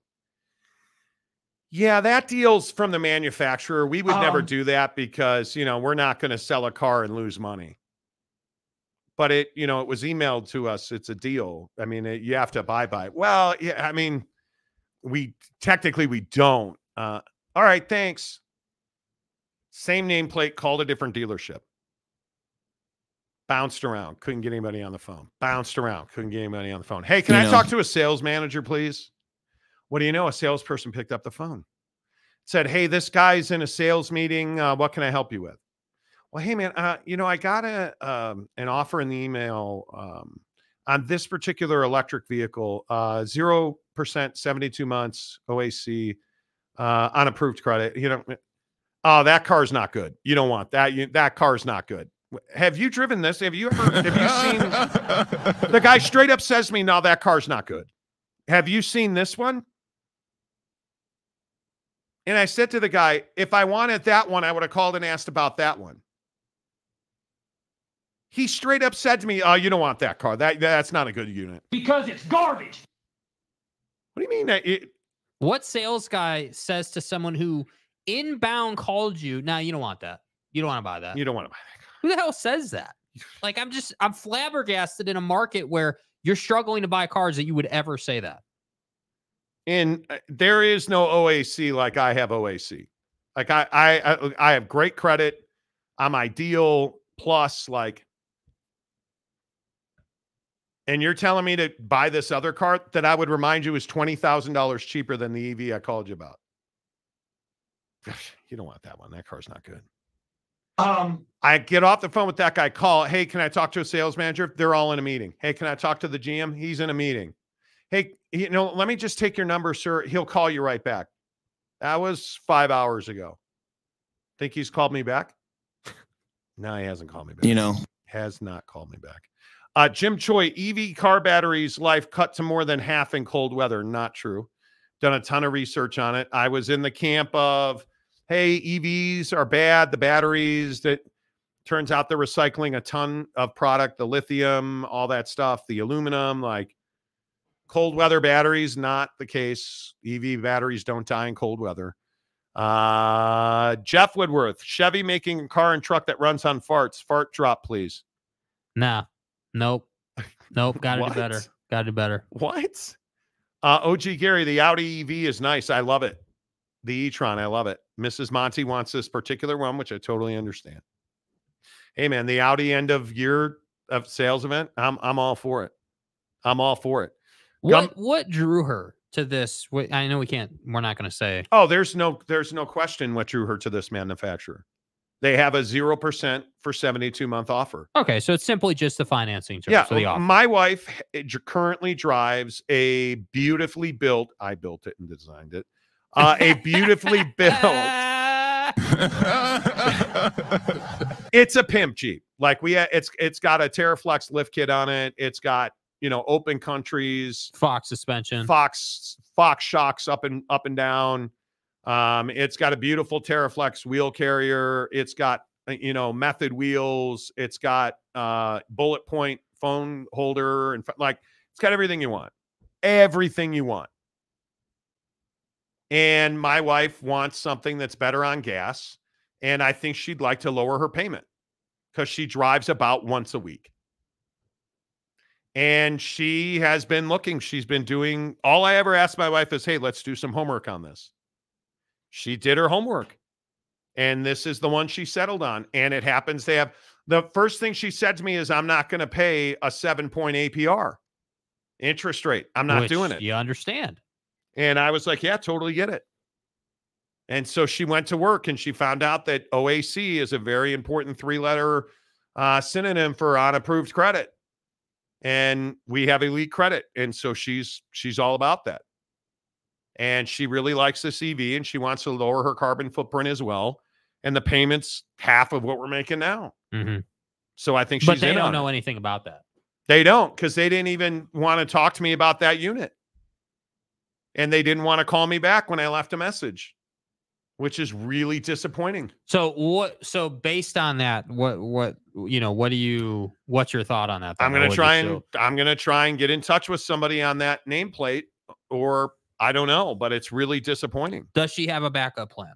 Another vehicle that she would consider if this were not to pan out? We've looked at all of them. We've looked at Hyundai. We've looked at Toyota. Chevy's got a great line. I just don't know if it works for her. Like, there's a bunch of stuff. So we'll see. Mm-hmm. She is definitely not buying anything Elon's making. Of course. She will not support Elon. So, well, there you go. Let's see. Mike Smith, surely more than one dealership for that car around your area. I called both of them. There's only 2 of them in my area, 2 dealerships. And one guy didn't want to talk, and the other guy's like, nah, you don't want that car. The one guy was like, I'm not giving you the deal we're advertising. And the other guy's like, you don't want that car. Okay. The eye patch. Well, they just lost your business, right? Pretty much. Yeah, they did. I would be hunting, because it's not like you got to do this tomorrow. I would be hunting for that particular vehicle from another dealer.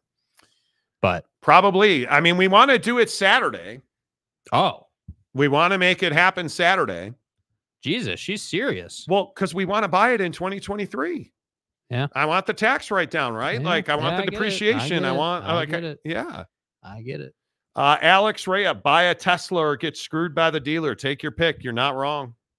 I don't know. And maybe I'm being too much of an idealist. I agree with my wife. I can't support Elon. Does she even like Teslas? Teslas? I think she does. I mean, it's a good-looking unit. It is. They run very well. But, I mean, this car that she wants to buy charges in 10 minutes to 80%. Like, it's not technology anymore. The technology is pretty even. Mm-hmm. Right? You know what my wife's biggest concern is? She does triathlon. She wants to be able to put her bike in her car easily. That's her biggest concern. She originally was like, I want a hot hatch. I want to be able to save miles, go fast, and put my bike in the back. And we started looking at it, and hot hatches are dead pretty much. So she's like, okay. And then hybrids and EVs. And the biggest issue, if we're being honest, American manufacturers don't make cars anymore. Mm-hmm. They don't make cars. They do not make cars. Meaning what? Like they make it small to mid SUVs, and they make trucks. Right.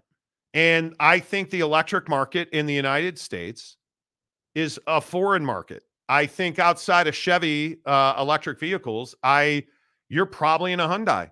Right. The Ioniq is a very nice electric vehicle. You see them, a lot of them on the road too. You do, but the issue is if you go Toyota or Lexus, you're paying a premium.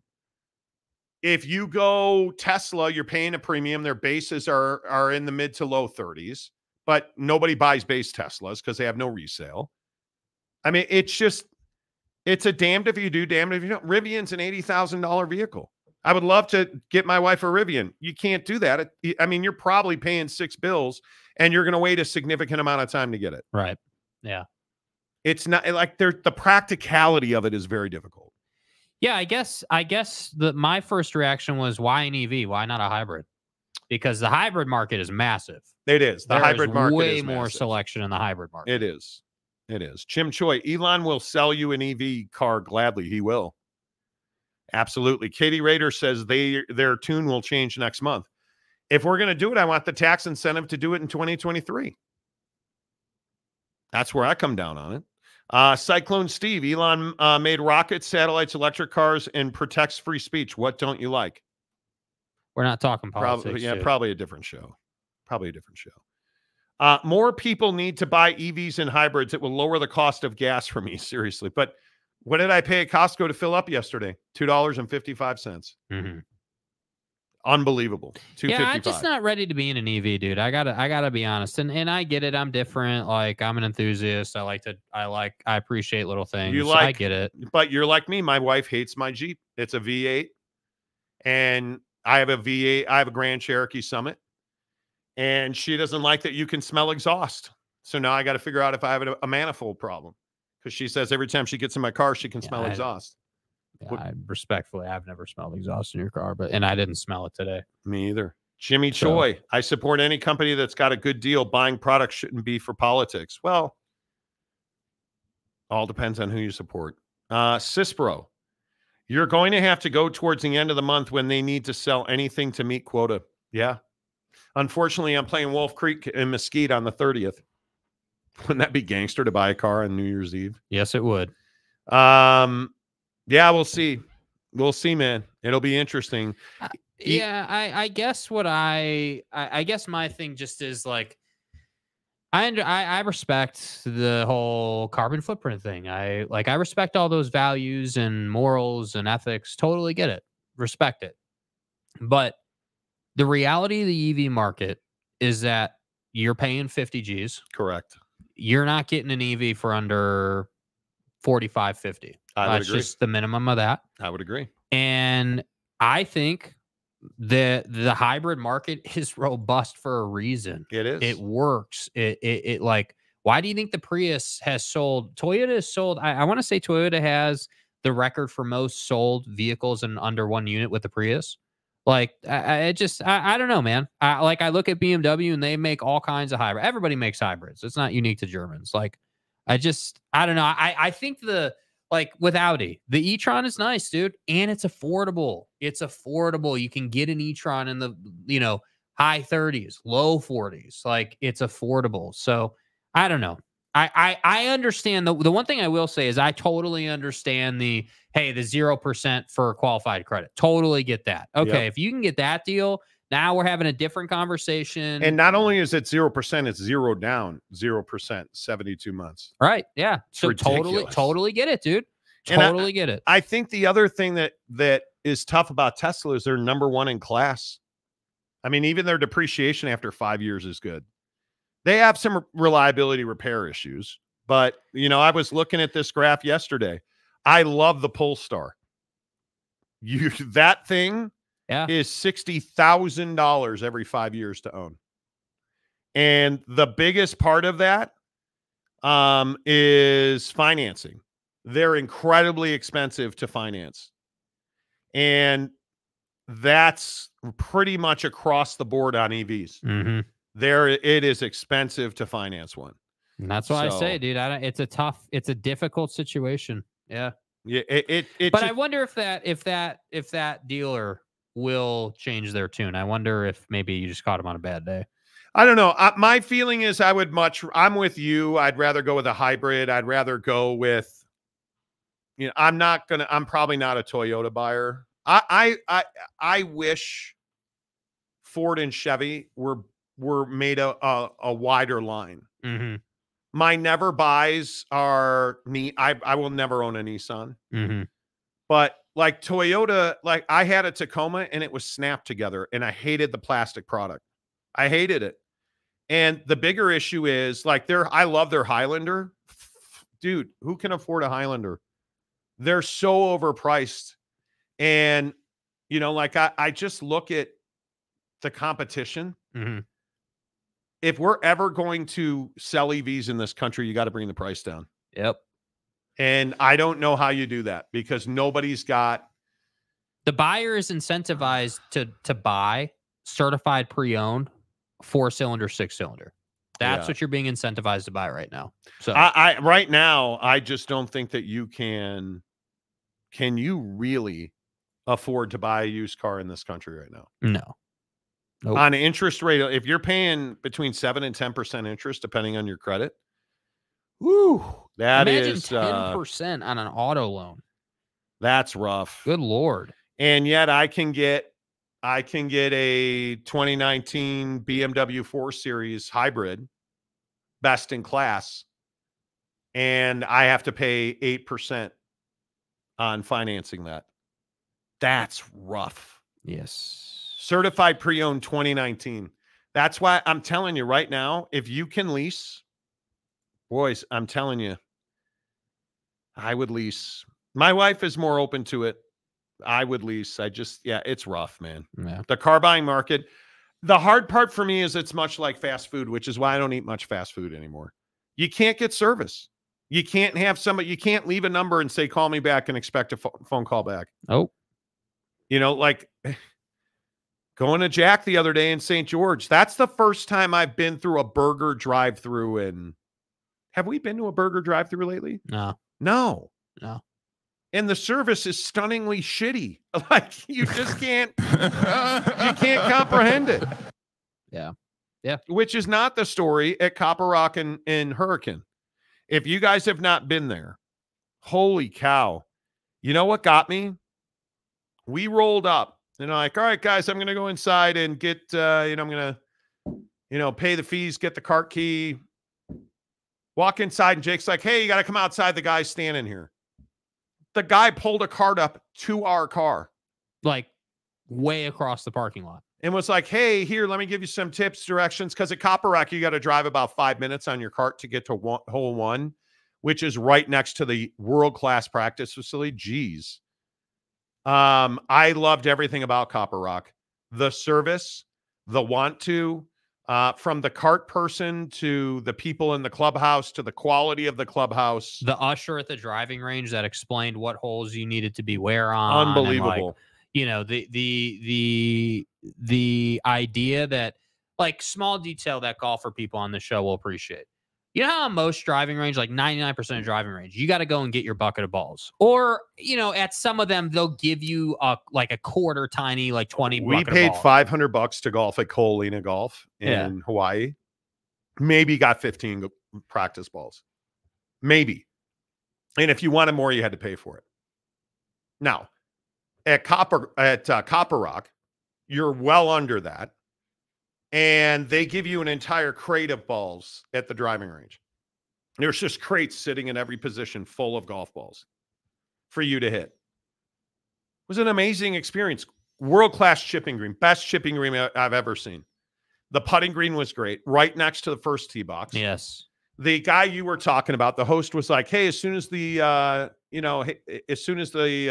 fairway's clear, you're free to go. Here are some things you need to know about the course. Cart path only this time of year, 90 degree onto the fairway, right back off. this hole you want to be left, this hole you want to be right. Watch out for this. Hey, make sure you take a picture on this hole and that hole. This is everything you want. Everything you want. Saw the cart girl 3 times. Really friendly, really nice. The usher at the driving range is telling us about the course. Goes, what's your handicap, do you think? I don't know, 10 to 12, you know. And he's like, all right, you're definitely not going to want to play the tips. You're going to want to play one ahead of the tips because that's about where we think, you know, the 10 to 12 handicap would reasonably play from. Okay, great. Great, dude. Appreciate that. Exactly right, by the way. Appreciate that. Yeah, great experience playing from those tees. I'm an 8 handicap, played from the blacks. No Fantastic. problem. No problem. The quality of the cart, I have to say, was really good. I think that the other thing at Copper Rock that I loved was how wide the cart path is. I know that may seem like a minutia detail, but a lot of golf courses have tiny little cart paths that are not fun to navigate. Well paved golf cart path. Mm-hmm. The other thing that I thought was really cool, the course is in phenomenal shape. It was for December 9th. We played it Saturday at 10:30.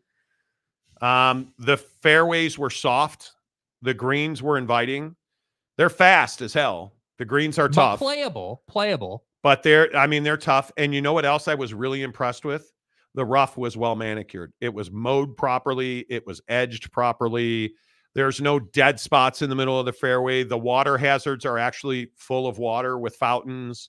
The bunkers had nice soft sand in them. The course was just pristine. And I felt it was an awesome experience. It's the first time I'd ever played Copper Rock. And again, they don't advertise on the show. We paid our way there. Didn't know, oh, hey, this is Monty from nothing like that. We're just 2 guys playing golf. You know, the other thing too, the GPS on the cart was spot on. That was one of the things that the usher at the driving range talked about, that, hey, we take pride in our GPS being spot on and accurate to where the flag is. And I have to say, it was pretty accurate. We have a Bushnell rangefinder, one of the nicest ones you can get.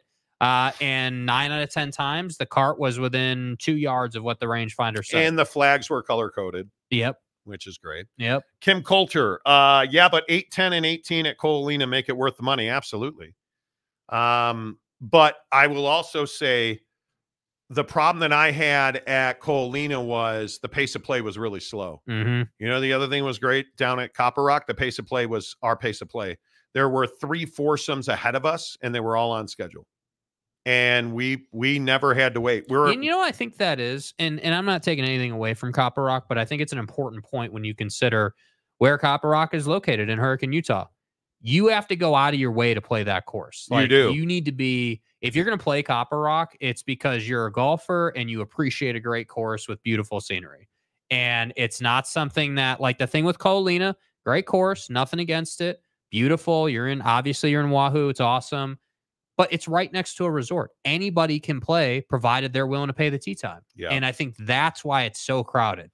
That's why you have a bad driving range experience. And we've played a lot of really nice courses. I mean, obviously, we play our home course as Canyons Golf in Park City, which is a really nice course. I think that Copper Rock is on par with Canyons. I mean, the greens at Canyons, the fairways are probably a little more lush, but for December, I would think Copper Rock's pretty even. I was not impressed with Turtle Bay. I'll be honest with you, on Oahu. Didn't love Turtle Bay. Didn't love there was no service. You were not treated well. They straight up told us we didn't have time to warm up. You need to go right out to the first tee, even though we were there 40 minutes. I think we probably were 40 minutes ahead of pace when we finished. Mm-hmm. I didn't love that. I didn't think the course was in that great a shape. The fairways were soggy. I think Turtle Bay for us is one of those courses where we didn't get a great luck of the draw on that one because it was raining that day, number one, which made the course soggy, as you said. But number terrible, 2, our tee time, because it was in the afternoon, the sun is setting earlier. And so, we had to rush out there. But there's a lot of Turtle Bay when we were out there where I was like, hey, man, you can understand why if you got this course in prime condition, why people love it. That said, that's not what I think is a true measure of a great golf course. No. A great golf course, a true measure is what is it like in its worst condition? And is it still great in its worst condition? And I think Copper Rock would be. I think there's a lot of ways. I have to say, the other thing I noticed is, and I think this is why, to your point, the course is in such good condition. The way they built drainage there and the way they manage course conditions there is pristine. They know how to drain the water out because they edge so well. Water doesn't get stagnant. Like they paid attention to those details. And I think that's why it's such a good course, because it's reliable. You know what you're getting. And the other thing too, the idea that because it's such a new course that their clubhouse is temporary. Yeah, that was and awesome. It's still an amazing experience. I'm telling you, that puts it over the top. I'll be really interested to see what lives up to what, because we're going to play 3 world-class resorts in the next month. Mm-hmm. We are playing Wynn Golf in Las Vegas. Then we're playing Pelican Hill in Laguna. Then we are playing the Ranch, which is the best 9-hole course on the West Coast, apparently. And then I'm playing Wolf Creek with Mrs. Monty on the 30th. Some world-class golf. And I think my guess is at the end of it, we'll be able to compare Copper or Rock pretty favorably. Yeah. I would guess. Just from service alone. I think that's the part. That was my favorite part. Like, the course is awesome. The views, the scenery, unquestioned, amazing. But the service, I can't tell you how much it means to me when I roll up to a golf course that I've never been to, and the first thing I'm getting is great service. To roll the cart up like that, and I know it seems like, oh, well, he's just bringing the cart. No, dude. I've never been to a course, including Turtle Bay, including Coalina, where they bring the cart up to you and say, hey, dude, here's your cart. What was your name? What was your tee time? Hey, this is me, 10:30 tee time. Okay, great. You're right on time. You got about a 5-minute drive out to the practice facility. Yep. You're going to go this way. Like, just everything you could want, man. And again, they're not a sponsor on the show. They're not a partner, but I'm telling you, if you have the chance to go there, man. It is awesome. Yeah, I think Copper Rock, if I would happily play it again. I have not played Shadow Creek. I have not played Black Diamond. And I'm going to play Wolf Creek on the 30th. If I have to play Copper Rock again, I will happily do it. I loved everything. And the views. Yeah. Jesus, the views. You can see Zion from Copper Rock. It's unbelievable. So there you have it. Jim Choi says Turtle Bay is for the Islanders. Could be. Absolutely could be. Jeff Woodworth, 4 inches of snow here, so I'm playing indoor golf. Good news is I can play any course indoor. Yeah. And I'll tell you, it's funny. Not that you guys give 2 nickels for this, but we are both going through swing changes. Mm-hmm. And so we've been hitting off mats for 2 weeks since we got back from Hawaii. And to have the vistas and to go out to Copper Rock and hit 300-yard drives is amazing. To hit a 200-yard 7-iron that drew. My irons yesterday off the tee were pretty good. But I hit a 200-yard 6-iron that drew from right to left, and it was one of the most beautiful things I've ever seen. Like, just to be going through swing changes and to be able to play a course the caliber of Copper Rock was very rewarding as a galfer. I'm telling you. Eric Wasikowski, people don't want to buy something that's being pushed on them either. I totally agree with that. Maury Alvarez, no snow here, but we do have $2.68 gas and great tee time weather. Yeah, you do. My man lives in Florida. Mm-hmm. Can't wait. Next fall, we're going to I can't remember where it is. Tampa? No, it's on the other side. I can't remember. But we're going to play a week of just incredible golf. And I am really Palm Beach. We're going to Palm Beach, and I cannot wait. Really excited. People always buy what is pushed on them. That's why commercials work. Truth. But it was funny. You know what else is interesting? We were talking to a guy today. I'm telling you, stop investing in billboards. I've been saying this on the show for how many years now?